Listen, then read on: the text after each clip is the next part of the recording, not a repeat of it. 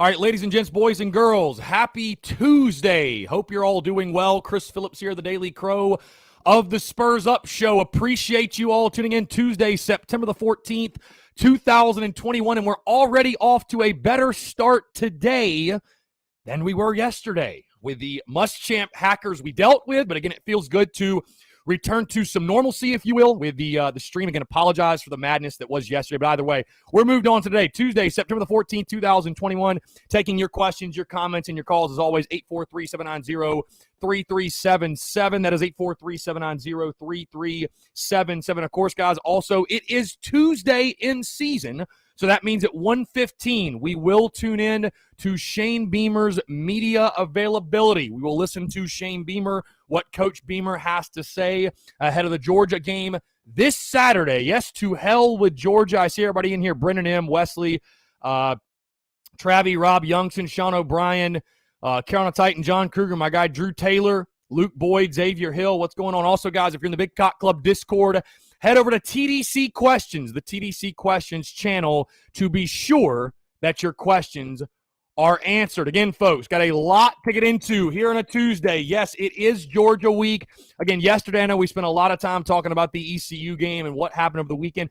I feel like you guys are ready to start talking Georgia. I feel like we're ready to start looking ahead. So, again, we'll probably be doing a lot of that today. Also, quick reminder, episode 496 of the podcast did drop this morning.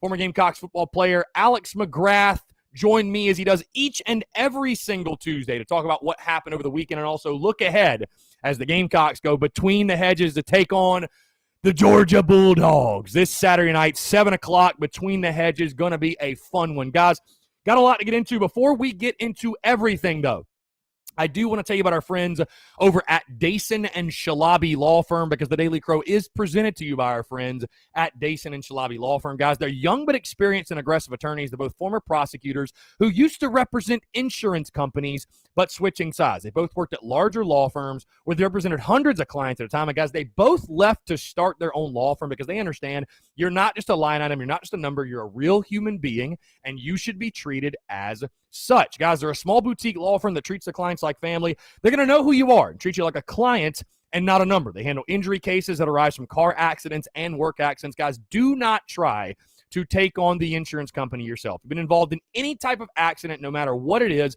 the last thing you should be worried about is paperwork, dealing with the insurance company. Guys, let the experts over at Dason and Shalabi Law Firm handle it for you, guys. They use the latest technology to make representation efficient yet effective. Again, let them take care of everything for you. You don't even pay them unless they recover money for you. Rami's in Columbia, Curtis is in Charleston. They handle cases statewide. They also offer virtual or in-person consultations at no charge. Guys, give them a call today in Columbia, 803-973-0304, or in their Somerville location, 843-388-3368. Or, of course, guys, your one-stop shop. Their website, dsinjurylaw.com. That is dsinjurylaw.com for more information. Again, guys, that's our friends over at Dason and Shalabi Law Firm. Be sure to check them out and tell them that Chris from the Spurs Up Show sent you. 843-790-3377. That's 843-790-3377. Yes, it is Georgia Hate Week, as you see behind me. To hell with Georgia, to hell with Georgia, to hell with Georgia. Guys, first things first, I want to say thank you all so much for the continued love and support.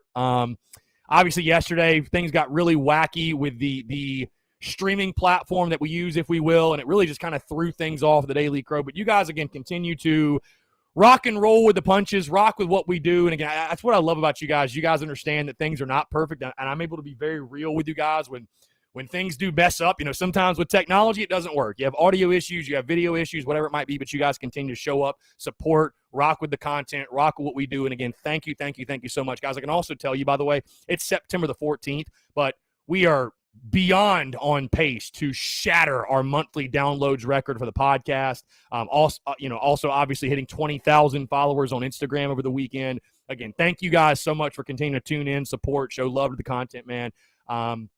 It's incredible. So, again, I just can't say enough good things, and I wanted to lead with that for sure. Steven says, what is a successful trip to Athens? Here we go. What does a successful trip look like for South Carolina to Athens? And I know what many of you are going to say, win. Realistically, what is a successful trip to Athens for South Carolina? Let me put it to you this way. Again, you are 32. I think right now, the line moved to 31, whatever. You are more than 4 touchdown underdogs in this football game. And I know everyone is going to point and look back to the 2019 game in which South Carolina traveled to Athens as 24.5-point underdogs. I remember that vividly, by the way. 24.5-point underdogs, and found a way to get the win. And what I would say, I mean, we could argue this. I think it's the greatest upset in school history. I can't think of another one where the odds were so stacked against you, and you think of how big the point spread was. And I will tell you guys, I remember that week. That week felt strangely optimistic. You can go back and look at the clips. I was like, something about this week, I feel like if nothing else, we can hang with Georgia, but I expected Georgia to pull away, and of course, you won the football game. I think this is a different scenario, guys. I picked Georgia to win the national title in the preseason. Like, I think Georgia's for real. I think they are. And to insinuate or to try to trick yourself into thinking that South Carolina is on Georgia's level in really any facet of the game, I think is having garnet glasses on. Realistically, what does a successful trip look like to Athens? If you can just make Georgia sweat a bit and be competitive, if this can be a competitive game in the late third quarter, that's a success in my mind. Again, if you want to argue with me that I am setting expectations too low and I'm being doom and gloom and all that, you're more than welcome to. But that is a realistic, sobering look at this football team and what you face. Again, you're a 31-point underdog, guys. 31 now. Plus 31, the over-under sit at 48. So Vegas doesn't expect you to score a lot. And you're talking about a Gamecocks football team. Your offensive line has been really pushed around by 2 inferior opponents. Now you take on Georgia, who has probably the best defensive line in all of college football. So, if you don't have a better offensive line showing than you've had the first 2 weeks, guys, you might not score a point. You literally might not score a point. I know that might sound crazy to some of you, but you really might not. My buddy Byron Thomas, shout out to Byron. My buddy Byron Thomas texts in, who gives us the best chance at having at least a 6-6 record? Zeb or Doty? That is a no-brainer question. It's obviously Luke Doty. Obviously. I mean, I'll be honest with you guys. I'll tell you this. I think if Zeb Nolan starts and plays Saturday, I think Georgia might cover that 31. I think there's a pretty decent chance they cover the 31. I'm just going to say that right there. Keith in the TDC Questions channel, Doty has to play. We are going to have to roll out away from the pressure. If not, Zeb will be a sitting duck. I agree with you. I agree 110%, man. It'll look just like last year with Colin Hill. Darrell Wall Jr., what's up, Chris and all the Crowers? Best 2 hours of the day. Let's go beat the dogs. Crazier things have happened. I'm staying positive always. That's why they play the game. Have crazier things happened? Has there been a bigger spread where a team that was as big of underdogs as we are won the football game straight up? I'm just genuinely curious. John Shaw, can our O-line stand up this weekend? Yeah, that's the question, man. That's the question. I mean, if your O-line doesn't block, none of what we're going to talk about this week matters anyways. You're going to have no chance. You'll have no chance. Steven, what do we have to do this weekend for you to feel good about the rest of the season? Just don't get embarrassed. I mean, really, honestly, if you can just be competitive, I will feel because again, guys, I didn't come into this season wondering, well, how close are we to Georgia's level? We're not. I didn't come into this season, predicting that South Carolina would be close to Georgia's level. I picked it in the preseason as a 38-17 loss, so I gave the Gamecocks the benefit of the doubt in regards to a 21-point loss, which would obviously easily cover the spread. But that was with a healthy Luke Doty and Luke Doty playing the first 2 games. So, now, again, I won't lock in a score prediction until Friday. I don't know. How much does Doty play? Does he play? Does he start? Who knows at this point? Austin Greer says covering is a win. John Shaw, no reason for an offensive line with 4 to 5 returning starters that paved the way for Harris to do what he did, act like this. I agree with you. I agree. It's hard to explain. I don't understand it. I don't get it. I mean, it gives you hope that these guys will get it together because they literally did it last year. But it's like I cannot – guys, I don't have an answer for you. And I'm really excited, by the way. We're going to be live at Tin Roof tomorrow night, guys, of course, 5 to 7. But former Gamecocks offensive lineman John Strickland will join me. And I know John's been on before, but the reason I wanted John on is because he's played against Georgia and played on teams that beat Georgia in Athens. But also, he played offensive line. I'm really curious and intrigued to hear his perspective on what is going on. What's going on in the offensive line? John was actually there in person in Greenville, North Carolina. I want to say, John, what's the deal with the O-line? I mean, are Are we as fans missing something? Because offensive line play, it's really hard. It's almost impossible, basically, I think, to talk offensive line play if you did not play the position. So that's why I'm always really intrigued to talk with these guys that are offensive linemen or were offensive linemen and to hear their take on it. It's like, hey, what am I missing that you are seeing, right? Cody Gaskins in the TDC Questions channel, we need to focus on being on Kentucky's level, not Georgia's. It takes time to get to that level. Yeah, I think you got to really give credit to, like, where Georgia is. I know fans don't want to do that. I hate Georgia. I loathe Georgia. But, guys, they're recruiting at a top 5 clip every single year. They're a legitimate playoff contender. South Carolina is not. Bottom line. Rhett Godbold, how do you score points against the Dogs if you're Carolina? You've got to be able to block and run the ball, man. You have to. You won't score if you can't run the football. You will not score if you cannot run the football. Bottom line. Austin Greer says, we're not winning, just don't lose by 40. That's a very honest take. That's a very honest look at it, to be honest with you. And I'll say this too, guys. Like, I'm not here to be the pessimist all week. I'm not here to do that, but I'm not going to set improper expectations for anybody that South Carolina is going to go in there and pull the ups. I'm sorry. Again, I've told you guys, like, you already know at this point, and I think people tune in because that is the reality here. Like, I'm not the guy that's going to do that.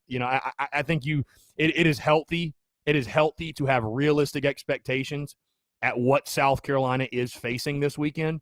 So, hey, have crazy things happened? Yes. Could crazy things happen again? Yes. But realistically, guys, you can't bank on a miracle upset like you got in 2019. You just can't do it. You just can't do it. Yeah, O-line genuinely concerns me. Yeah. Great Bisbee, special teams and defense scoring may keep us in the game. Well, you're going to have that. You're just going to have to. If let's have fun on a Tuesday. If you were to pull the monumental upset, yeah, you're going to need a defensive touchdown, and I think you're going to need a special team score or a huge, huge special teams play. You're going to have things like that happen. Brennan M. Stanford was over Southern Cal in 2007, was a 42-pointer. Hey, so maybe it could happen again. Cole Brandon, other than the quarterback situation, who has to have a big game on offense? The running backs. Literally the running game. Bottom line, the running game. You got to be able to run the football. That's it. Let's see. Brian Welch, Saturday we continue to only keep 5 guys on the O-line and the block when they were clearly showing 6 to 7 guys blitzing all game long. Why did we not adjust by keeping a tight end or running back in the block or run a couple of screens? I don't know, Brian. That's a great question. I wish I was in Marcus Satterfield's head. Kevin C., not sure a 100% healthy Doty is automatically back to QB1 since the week before the season, neither Shane nor Sat has said the job is his when he returns. Kevin, if you don't think that he's the best option for this football team, listen, I know Luke Doty has proven nothing, but guys, Zeb Noland is Colin Hill 2.0. The situation's not the same. The skill set is identical. The offense looks identical to last year on Saturday. Like, I know we won over the weekend. We won 20-17. Great win. You're 2-0. Let's not look past the fact the offense was dog shit. Let's not look past that. Let's not look past the fact that Zeb Noland looked just totally lost at times. You need Luke Doty's athleticism. You need Luke Doty's dynamic playmaking ability, if you will. Again, is Luke Doty going to be an elite passer? I have no idea. But he is the best option for this football team, and there's just no question about it. There's no question about it in my mind. So, let's see. Yeah, Luke RJ, the spread 2 years ago, 24.5. I remember it very vividly. Very vividly. Steven says, if we hold Georgia to less than 28 points, I'll feel really good about Clayton White. Dude, if you hold Georgia to less than 30, I think all of a sudden my outlook for the Gamecocks defense changes, certainly. So, yeah, just stay healthy. Stay healthy. Corey Gardner, what's the deal with Doty? Do we not think he's going to start? I was under the impression he was supposed to be ready to go. I'm just saying if he doesn't, I expect him to start. There's no doubt I expect him to start. Yeah.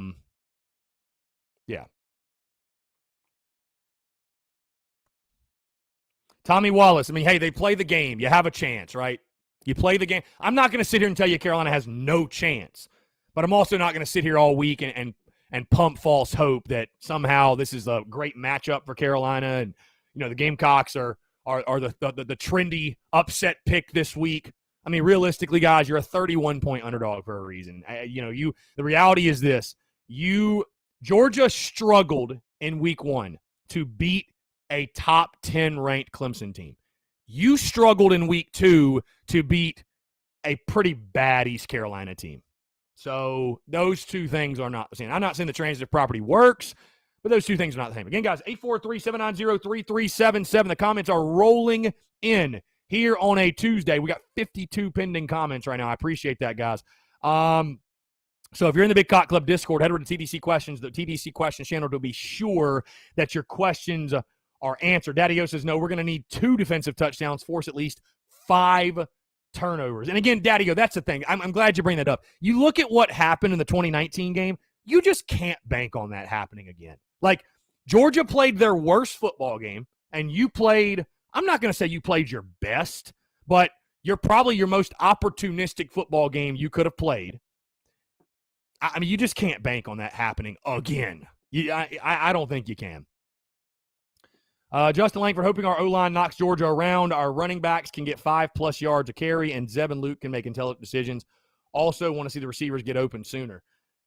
I mean, Justin, again, you say you can get 5+ yards a carry. I mean, you had 2.8 yards per carry against East Carolina. So, Justin, what changes for you? These are the same players going out and playing. What's going to change, Justin, from week 1 or week 2 to week 3? I mean, I agree with you. I think our offensive line is better than, 2.8 yards per carry against East Carolina. But, I mean, if I'm Georgia, I'm stacking the box, right? I dare you to throw. I know Josh Vann had some nice catches. I know Dak Joyner had the big touchdown catch. But, again, let's not forget, like, for the entirety of that game, for the whole of that game, we have serious questions at wide receiver. And I tried to tell you that, guys, that going in the game last weekend, serious questions at wide out. So, if I'm Georgia, I stack the box. You're not going to beat me in the run game. I dare you to throw it. I just dare you to throw it. So,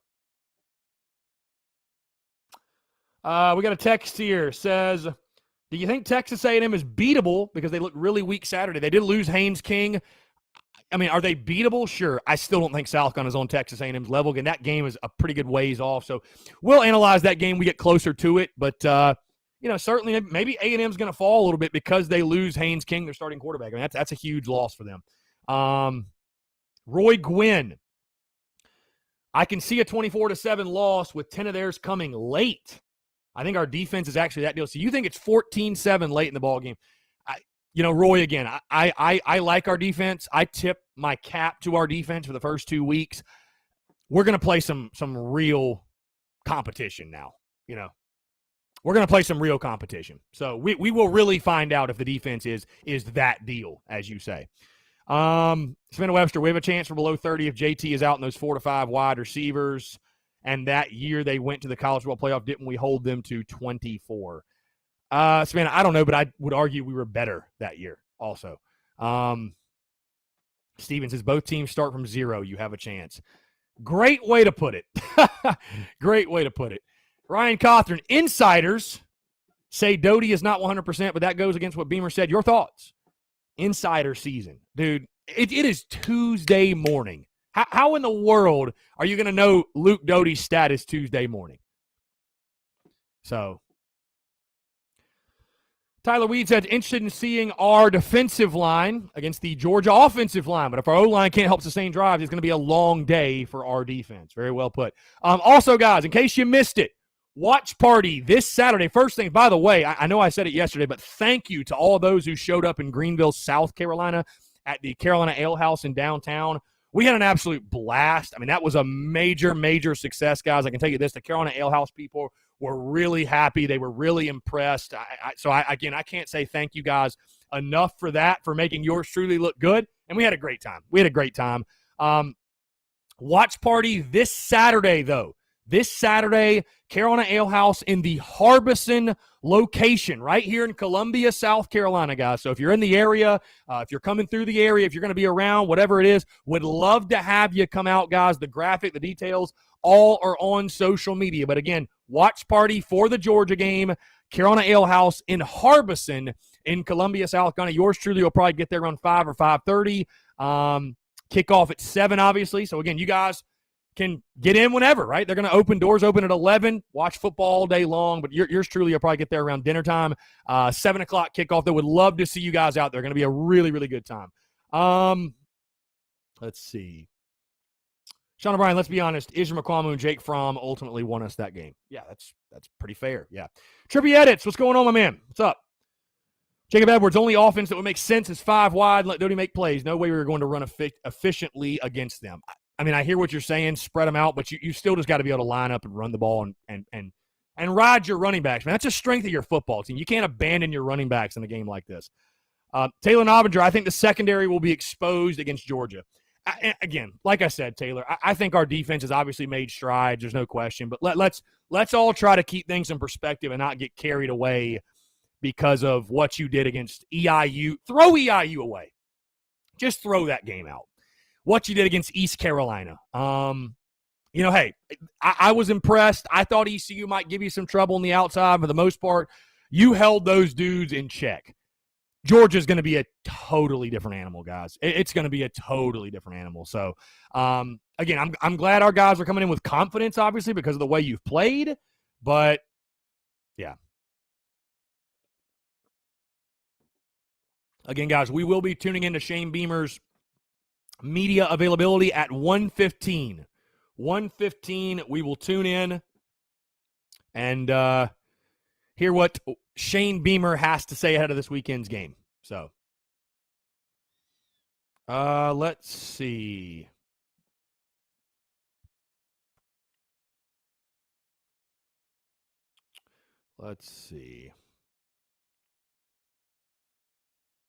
Taylor Nobbinger, I heard the plan is to debut Luke Doty against Kentucky, which is a terrible plan. Again, guys, it is Tuesday morning. Nobody knows Luke Doty's status. It's Tuesday morning. Nobody knows. Nobody knows. So we'll see what happens. I will tell you this, though. Here's a hot take for you. Here's a hot take, and you guys are going to hate hearing me say this. Here's a hot take.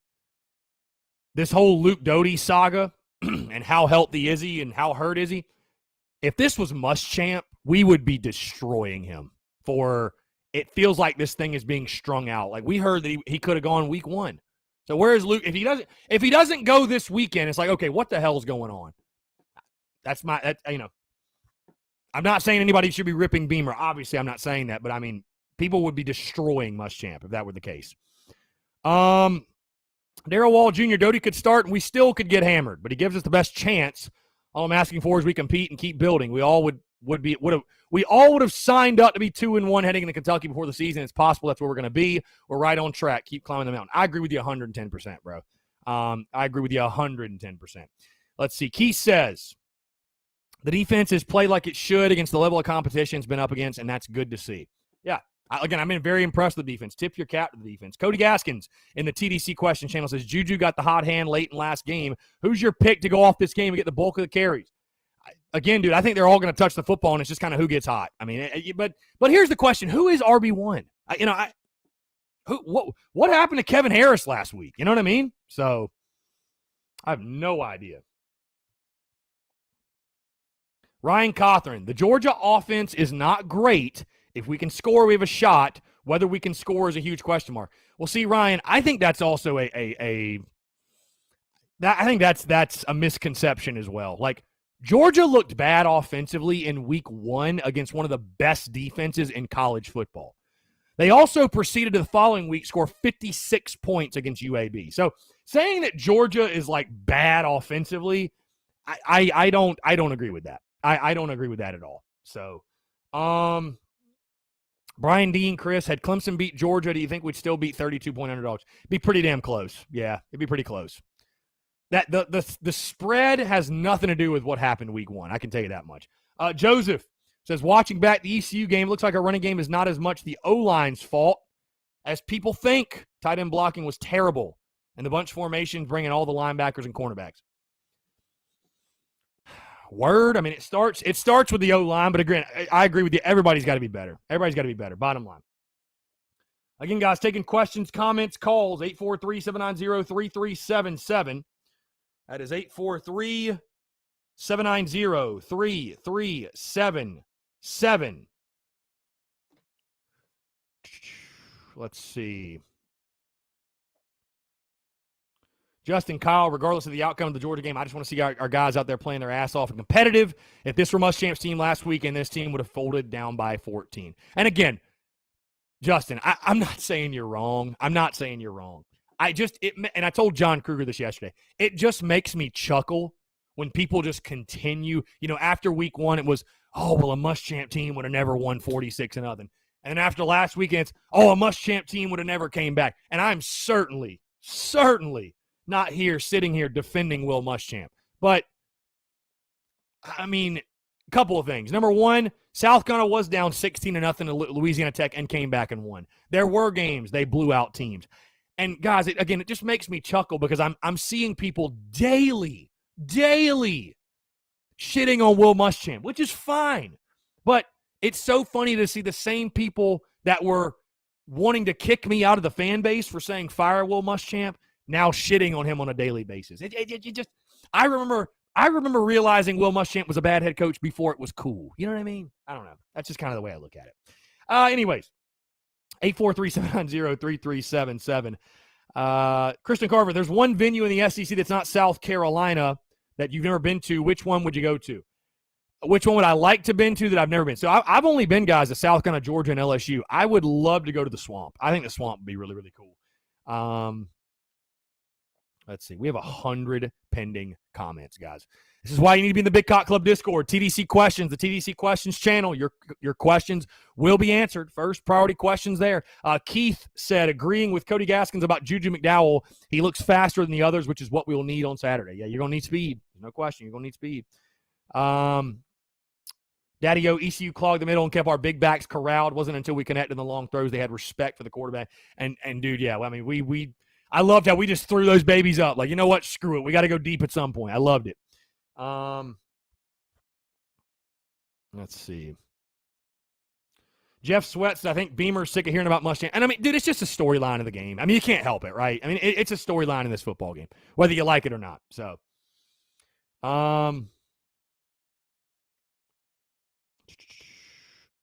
let's see. Taylor Novinger, funny how ECU's defensive tackle from South Carolina and Muschamp didn't want him, and he dominated our O-line. Yeah. Rajay Harris is also a pretty good player.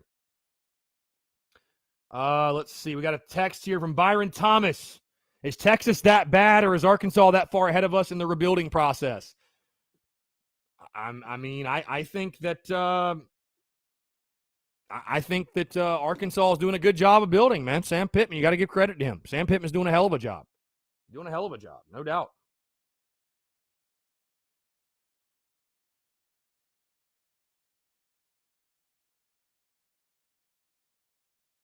Brennan M says in the TDC Questions channel, going to have to figure out what game I want to go to more next year, the Swamp or Arkansas. Great point.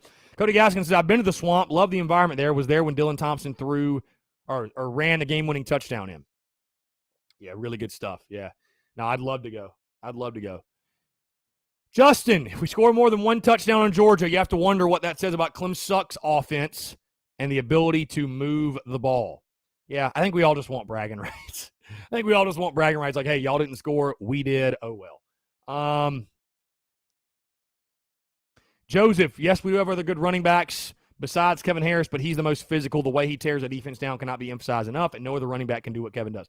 Yeah, I was surprised last week that he did nothing.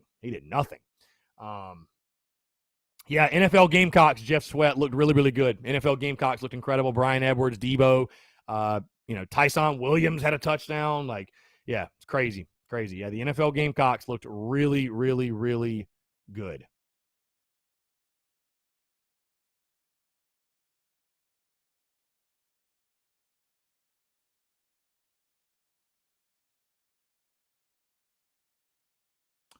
Let's see. Guys, 843-790-3377. That is 843-790-3377. Again, guys, Georgia week. To hell with Georgia. Also, guys, quick reminder, episode 496 of the podcast did drop this morning. Alex McGrath and I, of course, breaking down everything that happened over the weekend in the Gamecocks' 20-17 win over ECU, and also looking ahead to this weekend as South Carolina takes on the second-ranked Georgia Bulldogs. What do the Gamecocks have to do to pull off the monumental upset in Athens? Let's see here. Dakota, do you think we see E.J. Jenkins this Saturday? I think we need the mismatch in height for a good red zone threat. I don't know, man. I don't have crazy high expectations of EJ Jenkins. You know, somebody asked yesterday, what's happened to EJ Jenkins? He was so hyped up. Fans hyped him up, guys. Fans hyped him up. I never expected EJ Jenkins to be an every down player, an all conference player. I mean, he's an FCS guy, which is fine, but I came into it with very realistic expectations. And I think he's adjusting to the SEC game, guys. He's adjusting to the SEC level. Unfortunately, just because you're 6'7" doesn't make you a good wide receiver. Nathan Moore, I really don't think our defense will give up 32 points, but I could see us losing 21-14. Honest opinion. Simply put, do I think we win? No, but I believe it'll be a better game than projected. I'll tell you this, Nathan Moore. If South Carolina loses 21-14, I might start buying stock in the fact this is an 8-win football team. I really will. 21-14. I will sign up for a 21-14 loss right now. Right now. I will take that right now. Right now. Keith says, our guys never quit. No one was sulking or complaining. They kept playing. You can't say that about our last two teams. I mean, yes, certainly. I hear you, Keith. I hear you. Crow and K-Man. What's up, K-Man? In the TDC Questions channel, will JT Daniels play in the game this weekend? They have quite a few injured players. I'm not 110% sure. That's the interesting thing, man, is we go into a game and there's a spread on the game and nobody knows who's going to play at quarterback really for either team. So, Justin Langford, an EJ Jenkins streak route sounds mighty enticing being lined up at tight end. I just want EJ Jenkins to catch a football. Dude, he doesn't even have a catch. The guy doesn't even have a catch. So, yeah, Drayton Huffman, like I said, if we lose by 7 points, whether it's 45-38 or it's 14-7, dude, I will be my outlook of the season changes drastically in a positive measure. I mean, so, you know, again, I don't want to I don't want to spoil any score predictions. You know, I'll do all that later in the week. And, of course, Thursday's show, we'll break down Georgia, the key matchups, the keys to the game. And then Friday, of course, you guys know the drill. I'll give my official prediction. Man, I just, again, I'm not going to be the guy that sits here all week, guys, and gives you guys false hope and hypes this thing up like South Carolina really, you know, has a great chance. I mean, the reality is it's a long shot. There's just no other way to put it. You're outclassed. You're outclassed in every sense of the word. At every position. At every single position, you are outclassed. And I will tell you this, and I hate to say this, guys. I hate to say this. This game, in some ways, again, it's going to piss some people off, but in some ways, this game reminds me a lot of week 1 for South Carolina, except in this scenario, we are EIU, and Georgia is Georgia. Like, you know, I don't know how South Carolina is going to answer. I just don't know. I just don't know. I think what you have to do if you're South Carolina to keep this thing competitive and maybe give yourself a chance late, your offensive line, it's got to start there. It's got to start there. Your offensive line has to have a fantastic football game. You've got to be able to put together 10 to 12 play drives and burn 7 to 8 minutes off the clock each time to keep Georgia off the field, right? Shorten this game is really what you've got to do. Shorten the game. You cannot go 3 and out. You cannot. You cannot. You cannot. You must shorten this game and have long extended drives. You must win the turnover battle. You must force multiple turnovers. You are probably going to need a defensive touchdown off said turnovers. You're probably going to need a big play in special teams. And honestly, guys, you're going to need Georgia to not play their best football game. Bottom line. If Georgia, listen, if Georgia plays their A game, it does not matter what South Carolina does. This doesn't matter. Doesn't matter. Georgia's A game is better than your A game. I mean, I don't know how anyone could argue that. I don't know how anyone could argue that. So, let's see.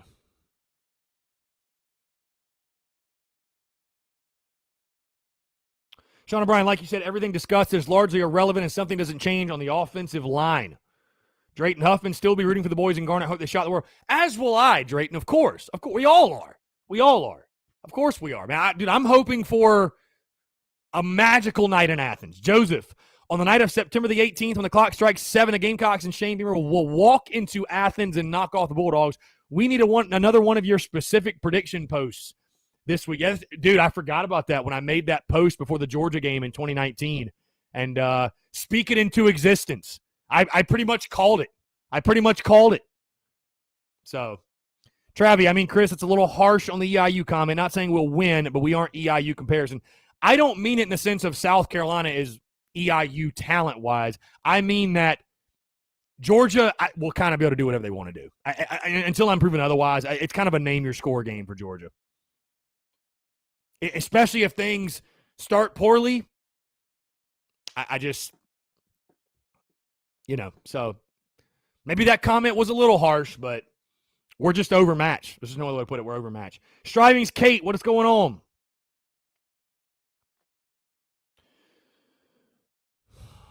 Nathan Moore, run the ball, control time of possession, and keep them off the field. Take their defense and grind them down as much as possible. You have to do that. I agree 110%. Nicholas Walker, you're saying we don't have a chance? I'm not saying that we don't have a chance. I'm saying we have a very, very, very, very, very small chance. A very slim chance. Call it for what it is. 31-point underdogs don't win straight up, guys. It just does not happen. Travis Ford, we need to see if Satterfield is a scheme based on what he's seen from us thus far. I don't want to hear we tried to run the ball and could not get it going all game. I want to see things that show he recognized the poor O-line play, screen slants, quick crossings, rolling pocket, and misdirection. Justin Kyle, I know people have already ranted on this already. How the hell was Van's touchdown called incomplete? Are you talking about the one in the corner of the end zone? Chad Smith, do you think Lloyd's 100%? Yes, I do. I think Marshawn's just trying to hit the big home run play every time, and I think that's kind of messing him up, man. I think Marshawn needs to be just focused on being a productive running back. Brack says it's just a fact that Georgia's on another level no matter who's taking snaps. Keep it close. Don't get blown out. Again, I think a lot of good can come from this weekend, guys. Again, it's more about how you play, not the final score. It's more about how you play. That's what I most want to see. Great Bisbee, you're insinuating that Beamer has not made progress. Beamer has most certainly made progress, but what I am insinuating is that Shane Beamer is a football coach, not a miracle worker. So this is the same roster. Is this a worse or better roster than last year? And Georgia waxed you last season. Again, I know it was a completely different scenario, but again, Shane Beamer's a football coach. He's not a miracle worker. Like, please don't expect miracles from this guy this early. So, Travis Young, do you think we have a shot to pull the upset this weekend? I'll give us a 1% chance. A single percentage. Yeah, no, I was going to say that the one in the corner, no. Josh Van didn't have possession. It wasn't a catch. I know that'll piss fans off, but he was bobbling it. If it was ECU that would have caught that ball, if it was Georgia, God forbid, we'd be saying the same exact thing about that. So, no, it wasn't a catch. Thank God it didn't hurt you. Ball never lies. Dak Joyner had the touchdown catch, but that was not a catch. Brandon Baker, is Zeb Colin Hill 2.0? I've been saying that, bro. It's the same skill set. The same skill set. So, yeah, same skill set. Nicholas Walker, this is bullshit. Well, sorry, man. If you want to go tune into a show that's going to give you false hope that South Carolina's going to go out there and beat Georgia by 2 touchdowns, by all means, go right ahead. But yes, top to bottom, this roster. I mean, the Gamecocks' defensive line certainly will hold up. But top to bottom, this roster, yes, there's no comparison in the South Carolina and Georgia rosters. That's absolutely none. I mean, they're better than you at basically. Give me a position unit where the Gamecocks are better than Georgia, and I will wait. Sean O'Brien, are you buying some of your stock in Josh Van? Do you think his improvements are due to coaching change or just lack of depth at the wide receiver position? Yeah, I mean, dude, I think that I certainly think that Josh Van has emerged as your number one guy, no question. No question. Jacob Edwards, we honestly won't be able to see where we are as a team until we play UK, Tennessee, and Mizzou. Yeah, I think those games will give you a much better indication of where you are as a football team. So, and I'll be honest with you guys, I'd rather beat Kentucky than beat Georgia. Hey, you beat Georgia in 2019. What did that do for you? If you beat Georgia and lose to Kentucky, it means nothing. It means nothing. Beat Kentucky on a yearly basis again. Beat Missouri. Beat Tennessee. Then you can start getting back to that 8-9 win range, and then you can start realistically challenging for an SEC East. Nicholas Walker, again, I'm not saying that South Carolina and ERU are equals. I'm saying in the scope of the game, it feels very similar in some ways. I mean, we're a 32-point dog to Georgia. We were 42-point favorites in week 1. I mean, you tell me. Again, I'm not saying South Carolina is EIU talent-wise. That's ridiculous. That's ridiculous. But unfortunately, I just think you are overmatched. Yes. Hey, if we go out there and win, I will eat crow I will gladly eat crow all week next week. But I'll tell you guys this. In 2019, I was strangely optimistic. Unfortunately, I'm not strangely optimistic this week. I picked Georgia to win the national title in the preseason. I think some good things can happen. I'm not saying that, guys. But winning, I'm not going to be the guy that Garnet glasses you to death all week and says that the Gamecocks are going to win this football game. I'm not doing it. I'm not doing it. Again, you can go tune into any of the other shows out there. I'm sure they'll stroke your ego and coax to what you want to hear, but I'm just not going to do that, guys. Realistically, Georgia's in a league of their own. You're not close to where Georgia is. Your roster, top to bottom, is not even close to where Georgia is, and that's okay. It's game 3 of year 1 of Shane Beamer. You got to recruit to get there. Let's jump to the phone lines real quick.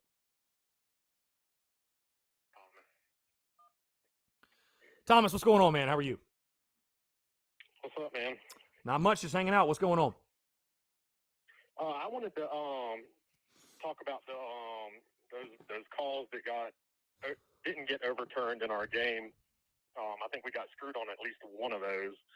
But what I wanted to talk about is the commentators during the game were saying something along the lines of that the officiating crews will call one thing knowing that the review process could help them out.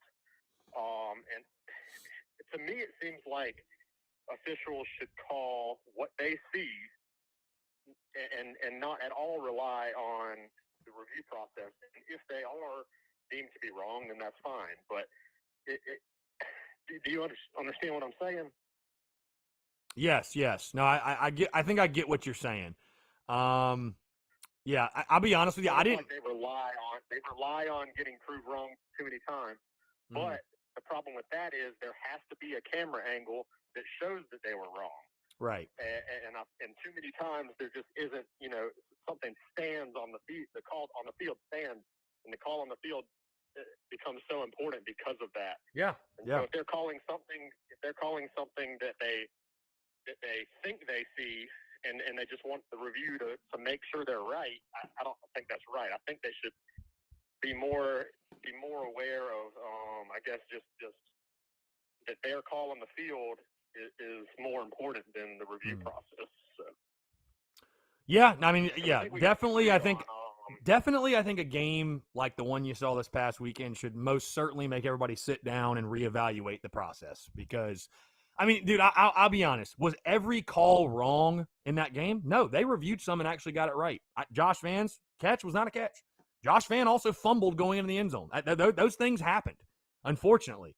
But, yeah, I mean, it's just some of the calls in that game, dude. Like, the fact that every 50-50 call, we didn't get one of them? Come on. I mean, so, bro, I'll be totally honest with you. I'm if you notice tuning into my show, I don't talk about the refs a lot. I don't harp about it a ton because it's just so out of our control. I mean, what are you going to do? What are you going to do? We can't do anything about it. South Carolina can't do anything about the refs. So, I mean, good teams find ways to overcome bad breaks, and thankfully we did that. But yeah, bro. I mean, unfortunately, it stretches across all sports. Trust me, I was at every single game at Founders Park. SEC umpires are dog shit. I understand. The refs suck. They all suck. Whatever. I don't know what you can do. You just got to hope from Saturday to Saturday. Hopefully that day you've gotten a pretty decent crew because if you get a bad crew, they are excruciatingly bad. So, but I definitely agree with you. The process needs to be reevaluated. There's no question about it. Granted, I am going off of what the commentators say the refs are doing. Right. I'm not. We're not hearing directly from the refs that they're calling stuff, hoping that review can either confirm or deny what they saw. But yeah, I think the fact that in the back of their mind they know they have that backup of somebody being able to overturn it or make it stand is kind of screwing up some of the calls. So. Yeah. Anyway, I'll let you finish. I do agree with you though. I do agree with you. It's absurd, but whatever. We press on. So. Yep. All right. Go Cox. Hey, go Cox. Appreciate you, my man. Thanks so much. Great stuff, guys. 843-790-3377. That's 843-790-3377. The phone lines are open here on a Tuesday. Let's see. Somebody says, do you think we could win with 3 turnovers? Are you saying if we turn it over 3 times? Because if that's what you're saying, we have a negative -1 million shot to win. Negative -1 million shot. Let's see. My guy, Matthew Davis. What's up, Matt? Appreciate you tuning in, my man. Hope you're doing well. Daddy-O, look at the money line on this game. Holy hell, that should tell you how much of an impossibility this weekend is to win outright. What is the money line? I don't see it. What is it? Yeah, Oscar Delp is going to be at this football game. Yes, he is. He is going to be at the football game. Justin Collin, what if Doty plays this game? If this game goes as planned and gets whooped, it will set him back. Again, good things can happen, guys. Like, I think you can show promise and progression on the offensive line with Luke Doty under center and him doing some nice things. Defense making some plays. I'm not saying you're going to go out there and lose 56-0. Good things can come out of this weekend. But if you lose by 21, guys, like that's almost kind of a minor victory. I hate to say that. Trust me, I loathe Georgia. Hate it. But realistically, after the last, and I love the people that say, oh, I don't, this South Carolina Georgia series is always close. And there's been a lot of close competitive games, but to act like Georgia's never blown us out is like the wackiest thing I've ever heard. I mean, last year they crushed you. 2018 they crushed you. 2015 they crushed you. I mean, it's not like every single game year to year is some, tight competitive game. I mean, Brendan M says money line is plus 2,000. So $100 bet on the Gamecocks wins $2,000. Travis Ford, improvement will be showing that we recognize what we can't do, what Georgia will be definitely trying to do and adjust the schemes and play calling accordingly. We are to Georgia what EIU was to us. And again, Travis, I think that's the that's the point I was trying to make earlier. And that's the unfortunate reality. David Barnes says going to need 3 picks and a touchdown from Dial, a first half TD pass from Doty, Joyner playing quarterback in the second half, and another game-winning kick from Parker to get the dub. Worked last time. Yeah, and a couple missed field goals from Georgia as well. Rhett Godwell, be competitive and walk away with your head high. That is a win. Sean O'Brien says, tell me South Carolina is winning 69-0 or I am leaving. Indeed. Nicholas Walker says 33-7 Gamecocks all the way. I can tell that drinks are flowing early for my man Nicholas Walker. Hey, from your lips to God's ears, my friend. Travis Ford, Doty will bring a mush rush. They will make him prove that he can do it with his arm. UGA front 3-4 will dominate our O-line without blitzing. They will have a couple of linebackers waiting on Doty to try to escape out the back door. Yeah, I mean it's gonna be a challenge. It's gonna be a challenge.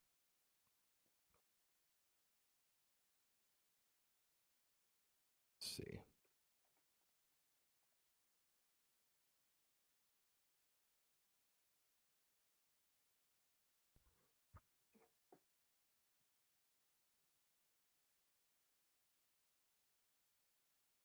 Sorry, guys. Hold on 1 second.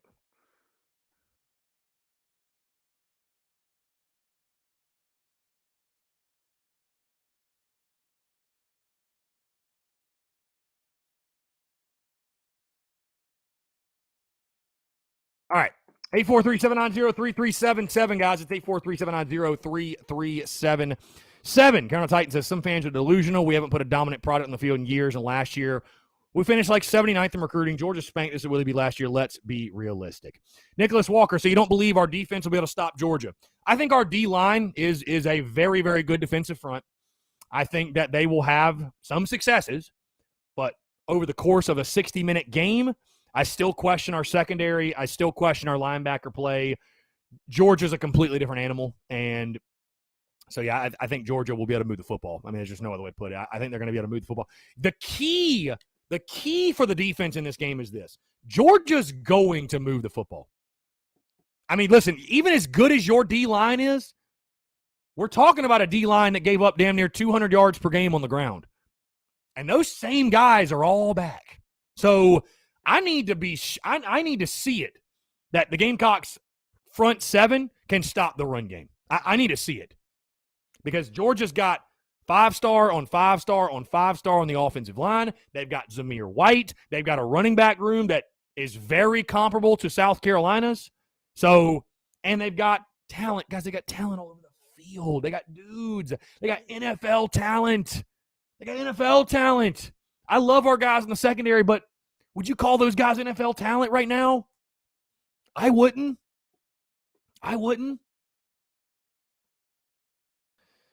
Let's see. Joseph, guys, we'll find out on Saturday. The ironic thing about all this is none of us know what'll happen. I know it's fun to talk about it during the week, but let people have their opinions because none of us truly know.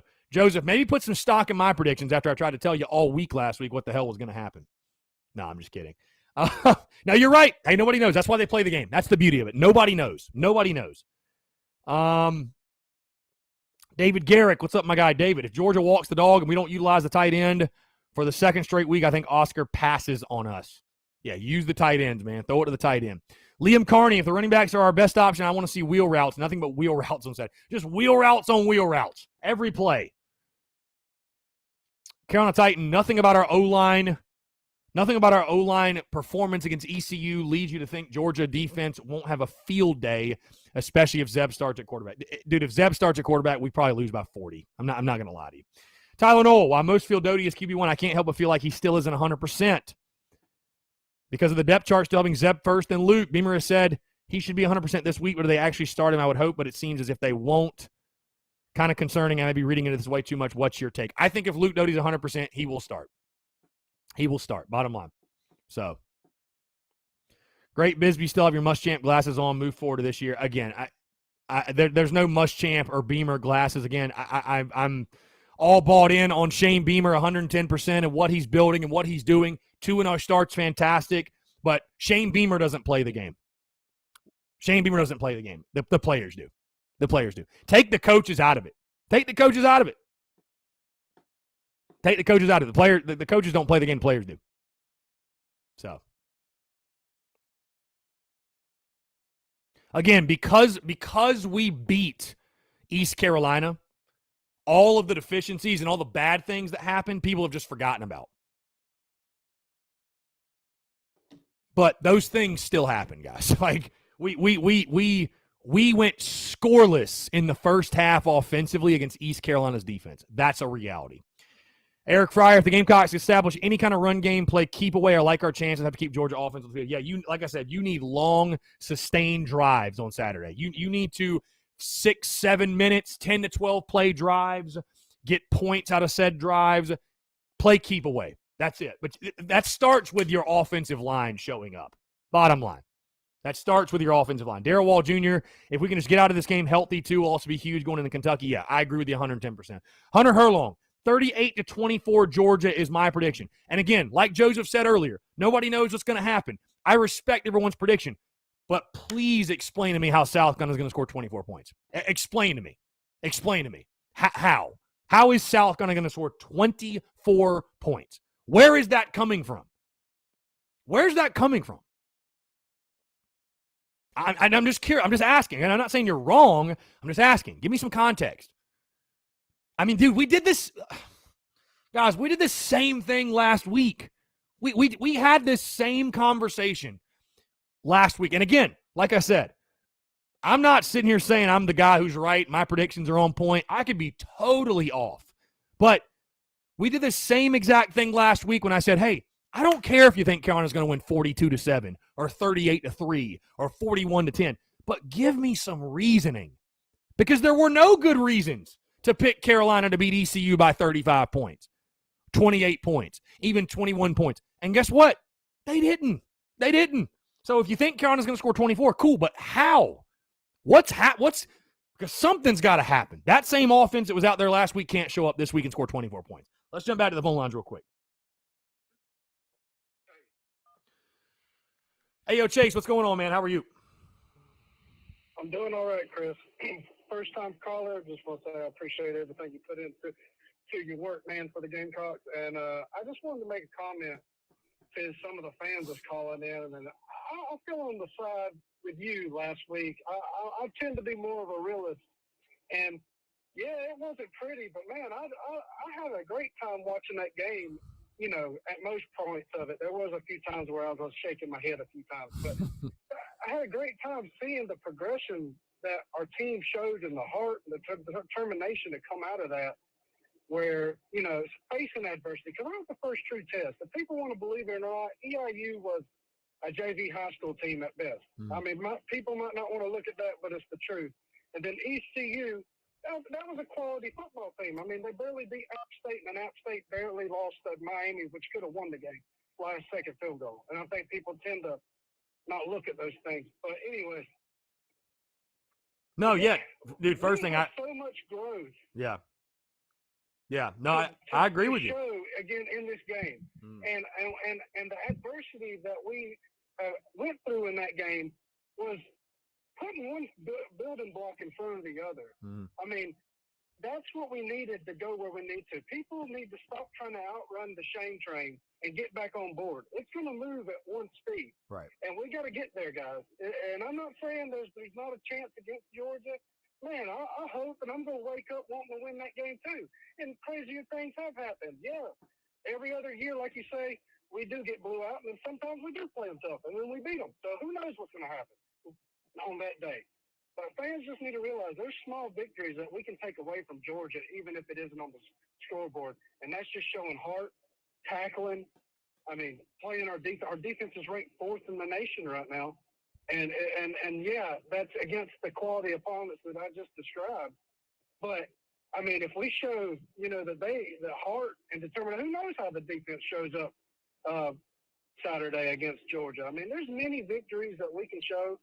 And I think that fans like Nicholas, no offense, Nicholas, but, you know, you need to just take it one day at a time. And we'll get to where we're going. I really believe I have a lot of optimism with this team and Coach Beamer and what he's doing. And I, for one, appreciate your realism for what you bring to your podcast, man. And I'll shut up and let you comment.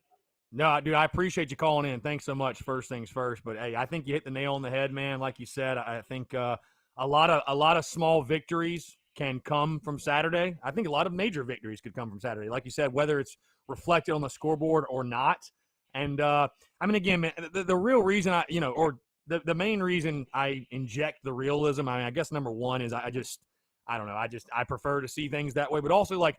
I just want fans to be patient with Shane Beamer and understand the challenge that he has of building the program. And, again, I know everybody wants to look at Kona's roster, and just because a kid comes and plays for your favorite team, he's a great football player. But the reality is that's not true. I mean, it's not a great roster right now. It's a little bit of a ragtag bunch at times. I mean, we said in the preseason there's just going to be moments where it's like, man, what is going on? There's going to be moments where there's signs of encouragement. Last week had a little bit of both. You know what I mean? ECU featured both. Again, because you won, I think we're overlooking a lot of the deficiencies and a lot of the problems you had in that game. It was embarrassing at times. It was hard to watch at times. But you know what? You won the game. It was a huge win. You can show positive signs. You can show progression against Georgia, but I just don't want fans to get these crazy expectations and hopes of beating Georgia, or just these unrealistic expectations, and then you go out there and you do some nice things, but let's say you lose by 3 touchdowns. You lose by 24, and fans all of a sudden are trying to say, oh, well, we didn't win because Shane Beamer didn't have our guys ready to play. Like, no. Like, understand the challenge, understand what he's got to do in building recruiting and getting the type of athletes you need at South Carolina to realistically compete and win a game like this. So, you know, I just think that's kind of how you have to look at it. And again, like you said, man, I think you hit the nail on the head with, I think a lot of victories, a lot of positives can come from Saturday, but let's just keep things in perspective of where we are right now and where Georgia is right now, because there's just no comparison. There's just no comparison. I hate to say that. There's no comparison. Georgia's in the midst of arguably the greatest run in school history, and we have a first-year head coach. So that's the reality. You're right. I agree with you. And, I mean, we're sitting in the best spot we could be in week 3 right now. Right. 2-0, right. Worst case scenario, we do drop this game. But I'm telling you, if we show heart and growth in this game and getting our players still believing for the future and what could be, it could be a scary atmosphere come next week in Kentucky with Kentucky. I'm not saying, but I do think there's a better chance to beat them than Georgia. But home crowd, you get us excited and keep the momentum, man, anything can happen. All of our goals are ahead of us. And, that's all I got. But I just want to say shout out to your, I know you haven't done it enough probably, but Big Talk Club, guys, join it. It's great. Support your man, Chris. And it's good stuff. I might not be as verbal as some of the guys on there, but it's good for just getting behind the scenes action and stuff before it gets posted. So it's worth it. So, yeah, Chris, I'm going to shut up. Enjoy the show. No, I appreciate I appreciate the love and support, man, for real. It means the world. And, no, thank you for calling in. Good stuff, guys. 843-790-3377, guys. That's 843-790-3377. We haven't even taken a break today. That's how you know the content, the commentary, I should say, has been on point. Again, guys, seriously, appreciate the love, appreciate the support. But, yeah, if you haven't done so, go join the Big Cock Club, guys. Go join the Big Cock Club. Speaking of the Big Cock Club, T-Knoll28 in the TDC Questions channel says, while most feel Doty's QB1, and I do as well, actually, I did read that one a little bit ago. Yeah. I feel like he still isn't 100% because the depth charts. Yeah. Cody Gaskins says, all we need is 3 rushing yards and to score a touchdown. More than Clemson did. Matthew Davis, South going to score in double digits will be difficult in itself. Anyone who expects more than 20 points is very, very optimistic. I tend to agree with you. I think South kind of getting double digits is very – that's going to be a challenge. It's going to be a challenge in itself. All right, let's jump to the phone lines real quick. Justin, what's going on, man? How are you? Good, man. How you doing, man? I'm doing well, just hanging out. What's going on? So I need to go ahead and start with an apology for last week. I did cause a little bit of fire with the whole Zeb Doty issues, saying Doty. I'm not sold on Doty. But after watching the game against ECU, Zeb made some good throws. There's a lot of times where I know there's some 3rd and 5s shorts where he kind of grounded a couple curl routes that were kind of open. I think at this point, I would rather lose with Doty, even if he does go through his sophomore struggles, I guess. And I think for me, I was sold when, there was a couple times ECU was in the backfield immediately from the snap, and he had no idea what to do. He was just a sitting duck. Yeah. So my next question would be, do you think our offense would have a different play save? I feel like we'd be more in a shotgun spread option type offense with Doty compared to more of a power set offense with Zeb in there, just based on his skill set. I think most certainly having Luke Doty changes the offensive play calling, and it changes, what you do offensively. Again, the skill sets are different. There's just things you can do with Doty that you can't do with Zeb Nolan. And again, I just felt like with Zeb in there, I appreciate everything Zeb Nolan's done. He's 2-0. He's 2-0, bottom line. And it's been a great story and a cool story, but God, he looked just like Colin Hill. He looked just like you said, a sitting duck. It looked just like Colin Hill last year.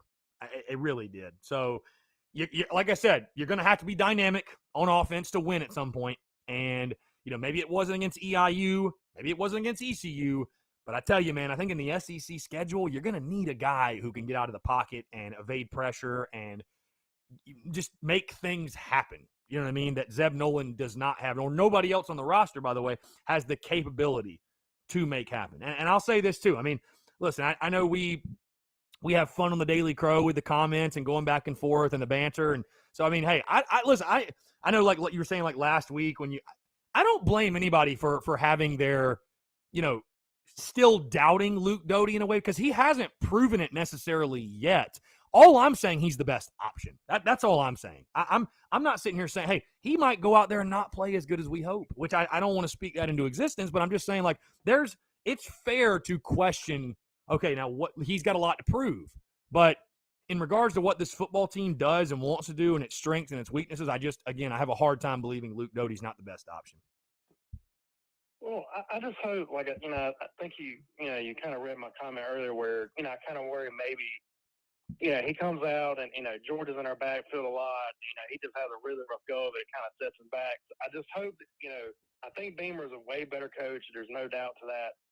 So I just hope with Satterfield and them, they kind of, start small. Hey, just a couple screen passes, some slants, small RPO plays, nothing where, let's throw deep and throw a pick early. I just think I hope they just kind of work him into it and hopefully with him being more mobile, and the defense having to account for another running option, it just kind of takes on the pressure off their line because they have been atrocious. Yeah.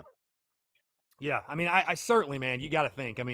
That's the funny thing. People are saying, oh, you can't start Luke this week. You can't throw him to the Wolves, per se, and he's going to get beat up. Well, it's Shane Beamer and Marcus Satterfield's job to devise a game plan where that doesn't happen. You know what I mean? Like it's there, devise a game plan where he's not going to get beat up. He's not going to be put in harm's way.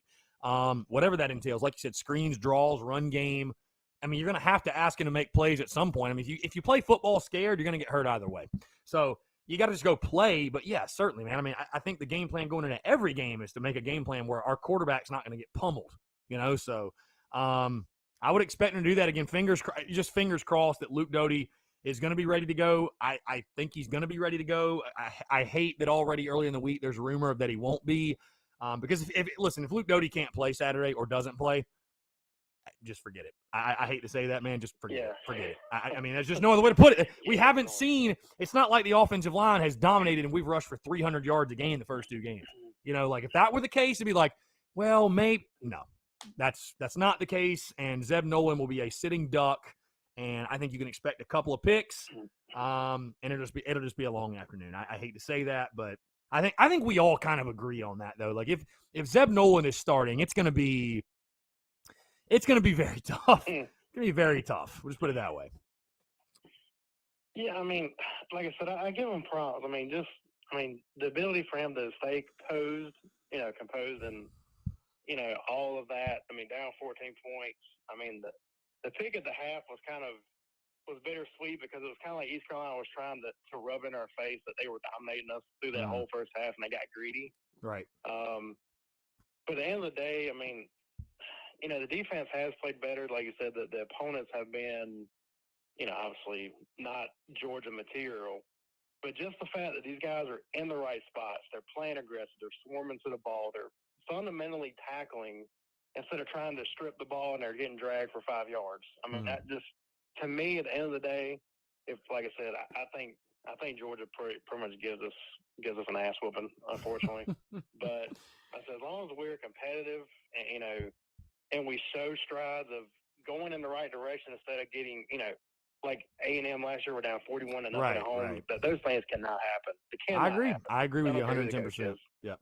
But I will stop talking now, man. I appreciate your content. You're always the best. I know sometimes I say some comments that they kind of set a little fire in there, but go Gamecock. Bro, the beauty's in the banter. I appreciate you, Justin. Thanks so much.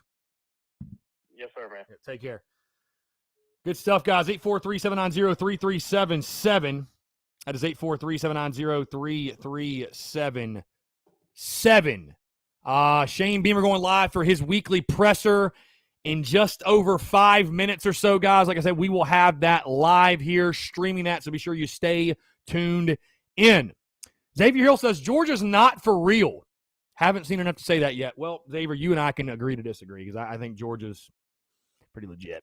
So, Eric Fryer, a more mobile quarterback will make our O-line look better, much better. And to be honest, they spent the entire camp learning to block for a more mobile quarterback. Yeah, dude, and there's no question it'll make the O-line look better. No question. But also run game, run blocking. Got to happen. Eric Fry, you have to believe before you can achieve. And I can guarantee you this, guys, every guy in our locker room, every coach, everyone in the building believes we're going to beat Georgia, as they should. But we're not in the building, guys. We're not in the building. We can be honest and call it for what it is and make predictions and projections. And, just to be totally honest, guys, I would lose all, and I should. I would lose all credibility if I picked South Carolina to beat Georgia this weekend. There's just no reason not to. Okay, there's no reason to pick that. It's bottom line. So Again, if you want to go follow an account that's picking South Carolina to win every single weekend and says, hammer the Cox, bet on the Cox, take the Cox, like you can find those accounts, but this is not the one. I'm going to tell you that right now. This is not the one. We're going to keep it very realistic here, keep things in perspective. Crazier things have happened. And again, I want to make it very clear. If you're someone in our building that doesn't expect to go win, I don't want you in our building. I don't want you in the building.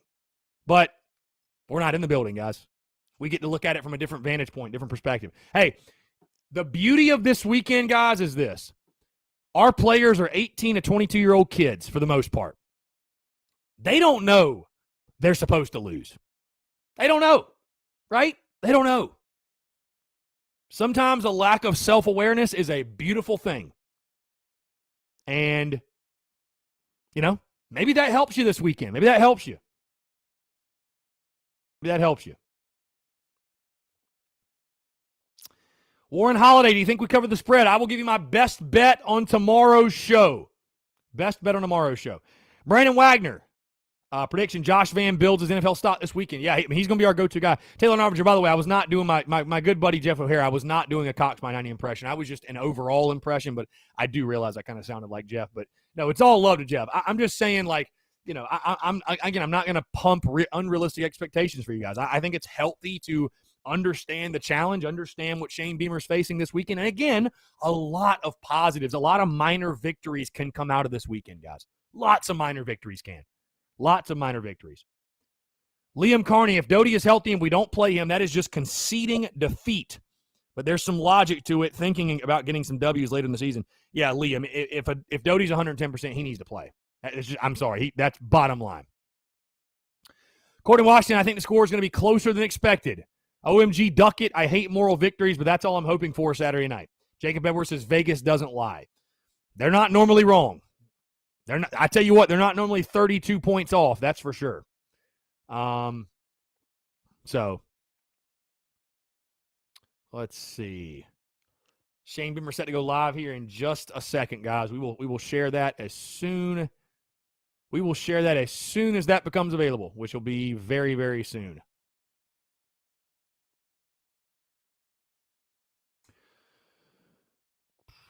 Xavier Hill, having hope and believing in your team is more important than being realistic. I know we have a lot of work to do, but accepting defeat doesn't help.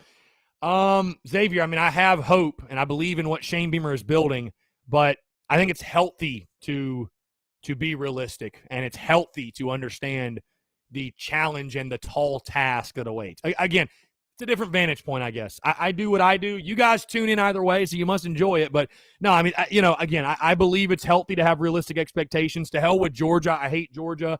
But I don't think expecting a win on Saturday is healthy. I hate to say that. Like, I'm hopeful for a win.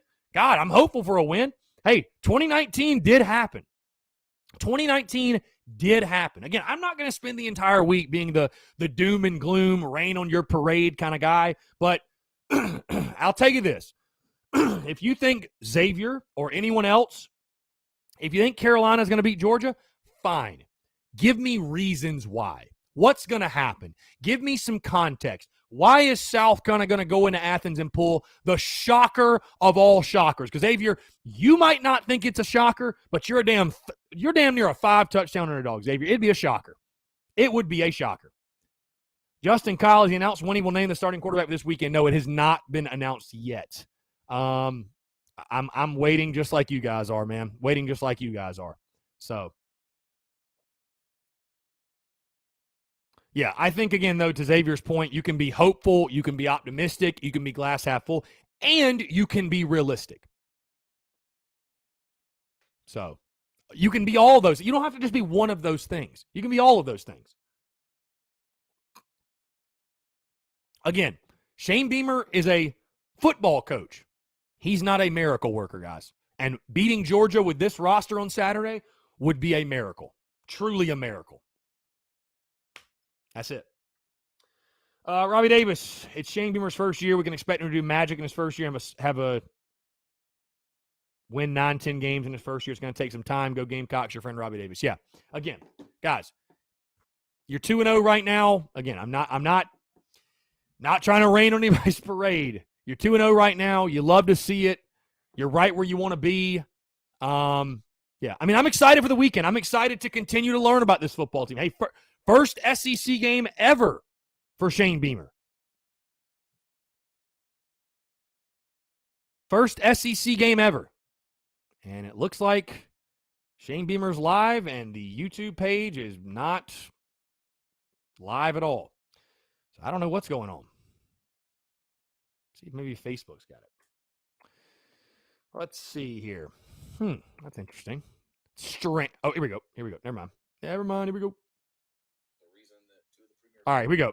America wanted to join this conference, and it's what it's all about. I've missed being in the SEC. I've missed playing in 80 and 90,000 and 100,000 seat stadiums like we're going to do here for the rest of the season, and absolutely love the pageantry of college football. And there is no better conference that emulates that or shows that on a day in, day out basis than the SEC.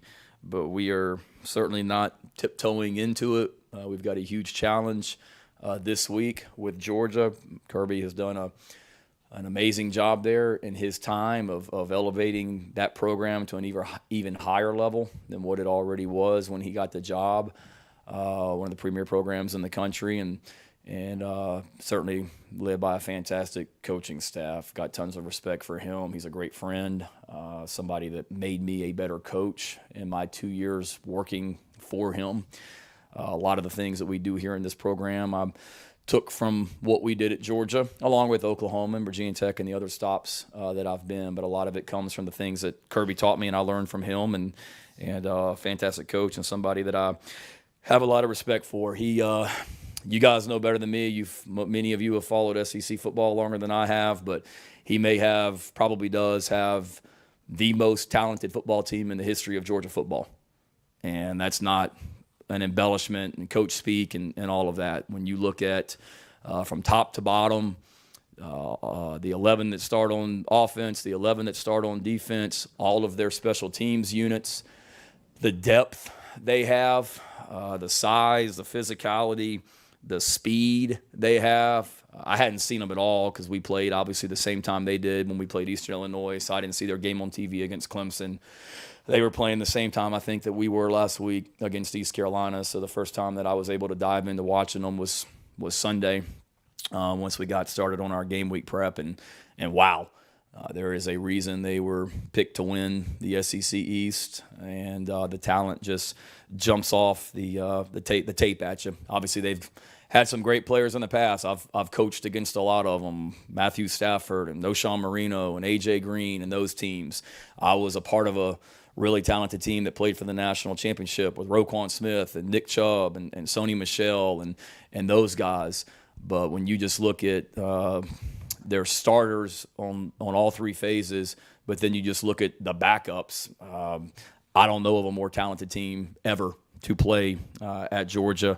When you look at that, I mean, I had read over the summer that the defensive back, the secondary was an area of concern, and all I see are those guys just playing everybody in man coverage, and nobody can complete a pass. I watched their defense. I think they forced 18 punts already this season in 2 games, which, if my math is correct, that's going to put them on pace for over 100, which is an ungodly amount of defensive stops. Like usually at the end of the season, a defense may force 70 or some punts. They've forced an average of 9 the last 2 games. I'm sitting there watching tape all day yesterday, got in at 5:30 in the morning and was all day watching tape like the rest of our coaches, and thought I had thought I had a good feel for the personnel. Then here comes another guy at the end of the game against UAB that's not even listed on their 2 deep, that's making plays that would start a lot of places in the SEC. There's a play where Jordan Davis, their unbelievable defensive lineman against UAB, where the UAB quarterback runs Jordan Davis for Georgia is outside the hash into the UAB sideline, and the quarterback for UAB starts running towards the Georgia sideline, and the defensive lineman, Davis, all 340 pounds of him, runs the quarterback down and makes the tackle on Georgia's sideline. And it's one of the most amazing individual efforts and plays I've ever seen. So they are really, really good, and will be a big challenge for us. But our guys are certainly excited to go play. We've had a couple of great days of practice, and looking forward to the challenge of going in there against such a talented and well-coached team. So the hype for them is real, and we're excited to go play. Shane, after watching the Georgia film, I'm sure you saw the Clemson game. How much of a concern is your pass blocking when it comes to Georgia's defensive line? Yeah, I think a lot has been made of the pass blocking, which is a bunch of crap. Regardless, I've got tons of respect for what PFF says and all that. PFF doesn't much respect for them. They help us. We rely on their stuff. They don't know when our quarterback goes up to the line of scrimmage, makes a protection call to slide the offensive line one way because he thinks the pressure's coming, which means a tackle for us is going to slide one way, and then he realizes that the quarterback guessed wrong, and there's a free guy coming outside of him. So to the average eye, people are going to say, oh, my gosh, what is that offensive tackle doing? That offensive tackle is doing exactly what he's supposed to be doing, and he's trying to take the hit off the quarterback because the quarterback slid the line the wrong way. So have we been perfect on the pass pro? No. Is it as bad as some people want to analyze and say that it's been? Absolutely not. And it's on all of us, quarterback, running backs, receivers, tight ends, offensive linemen. So to answer your question, David, it's a concern every week, but certainly against these guys because they're really good up front, and all you got to do is turn on the tape of the Clemson game, and they're swallowing up Clemson's quarterback, it seems, on every play when he drops back to pass. So it'll be a huge challenge for us, a lot more than what we have faced the last 2 weeks, obviously. But it's like I told our guys this morning, I mean, it's SEC football. There's you better strap it on for the next however many 9, 10 games, 9 SEC games, 8 SEC games that we got here the rest of the season, because it gets real. And if you don't want to play against the best, then you shouldn't be playing in this conference. You've been pretty forthcoming about the fact that you followed the program from afar. What do you remember about the game against Georgia 2 years ago, watching that from where you were? What were your kind of reactions to that? And do you use that game from 2 years ago as a reminder that, hey, that team was a big underdog as well? You can go in and do something similar. Yeah, I don't remember much about it. We were playing Texas at the same time that day. I think I may have told some of y'all the story, but our game against Texas, which is an unbelievable game, not to change the subject, but if you ever get a chance to go to that game in the Cotton Bowl, do it. But we were playing Texas, which is a huge rival for us at Oklahoma. Georgia and South Carolina were playing the same day. We won. Jalen Hurts was our quarterback, had a great win against Texas, and my family runs on the field after the game, and I'm thinking they're going to be excited because we just beat Texas, and swear to goodness, the first words out of my kids and my wife's mouth is, South Carolina just beat Georgia. South Carolina just beat Georgia. And I go, I thought Oklahoma just beating Texas. I'm more worried about that one. But that's what I remember about it, and obviously a great win. I don't talk about it. We haven't talked about it. I mean, we may mention it, but to me it has from a lot of the people are different. The coaching staff here is different for the most part. Some of the players were here that day. Some of them weren't. You know, obviously, I think our guys know you went over there a couple years ago, and I saw where Kirby said yesterday a lot of that was because of Georgia, you know, the fact that South Carolina won that game. But again, it doesn't have a big impact, I don't think, on this year's game. I mean, we have talked about the fact that this is a rivalry game, and I've been a part of a bunch of them. And in my time here, whether I was at South Carolina, or excuse me, whether I was at Georgia most recently or South Carolina when I was here before, it seems like they were all close games, high scoring, low scoring, kind of been a part of everything in my time here. But I can remember 2017 when we won the SEC at Georgia. I mean, that wasn't an easy game over in Columbia. I think it was 24-10 or whatever. But I mean, it's a tough physical game. I've followed this rivalry for a while and expect this week to be no different. Hey, Shane, I know you've been asked about the quarterbacks about 907 times, but this will be the 908th. What is Luke Doty? What are the boxes really that Luke Doty has to check over the next couple of days for him to make that start on Saturday night? And then I guess the second part is, how much of a factor is the opponent and the defense is an extraordinary front seven in making that decision to start a guy who hasn't played yet this year? Yeah. As far as checking boxes for anybody, you got to have a good week of practice, whether you're the quarterback or the right guard or the personal protector on the punt team. I mean, you got to practice well. We're about competition, and you've got to compete and have a good week of practice, first of all, to put yourself in position. You got to be better than the other guys. Second of all, from a quarterback standpoint, kind of what I said a minute ago, it's being able to go in there and be comfortable and execute and knock the rust off, so to speak, and being able to drop back and throw, 7-on-7 pass scale in practice without an offensive line and defensive line is great. You got to be able to also perform when there's 21 other people out there on the field with you, and he's continuing to get better at doing that. But we don't talk about the opponent. Obviously they're really good up front, but who do we play next week? Kentucky. I'm sure I haven't watched them. Watched a little bit of their game against Missouri the other night, but cover that up on y'all, huh? I'm sure they've got a really good front also, and then Troy and Tennessee and on and on and on. So, I mean, I don't see anybody on the schedule that we need to say, well, let's just let this guy get better and rest him up for this week. They're all going to be dogfights starting this week. Shane, sticking with Luke, I guess just when you mention he does more in practice, what does that look like, and how many reps is he taking with 11-on-11 or 7-on-7 today? Yeah, it's a good question. I was hanging out with the defense over there on their practice on the. And with Luke, I guess just when you mention he does more in practice, what does that look like, and how many reps is he taking with 11-on-11 or 7-on-7 today? Yeah, it's a good question. I was hanging out with the defense over there on their practice on the field today.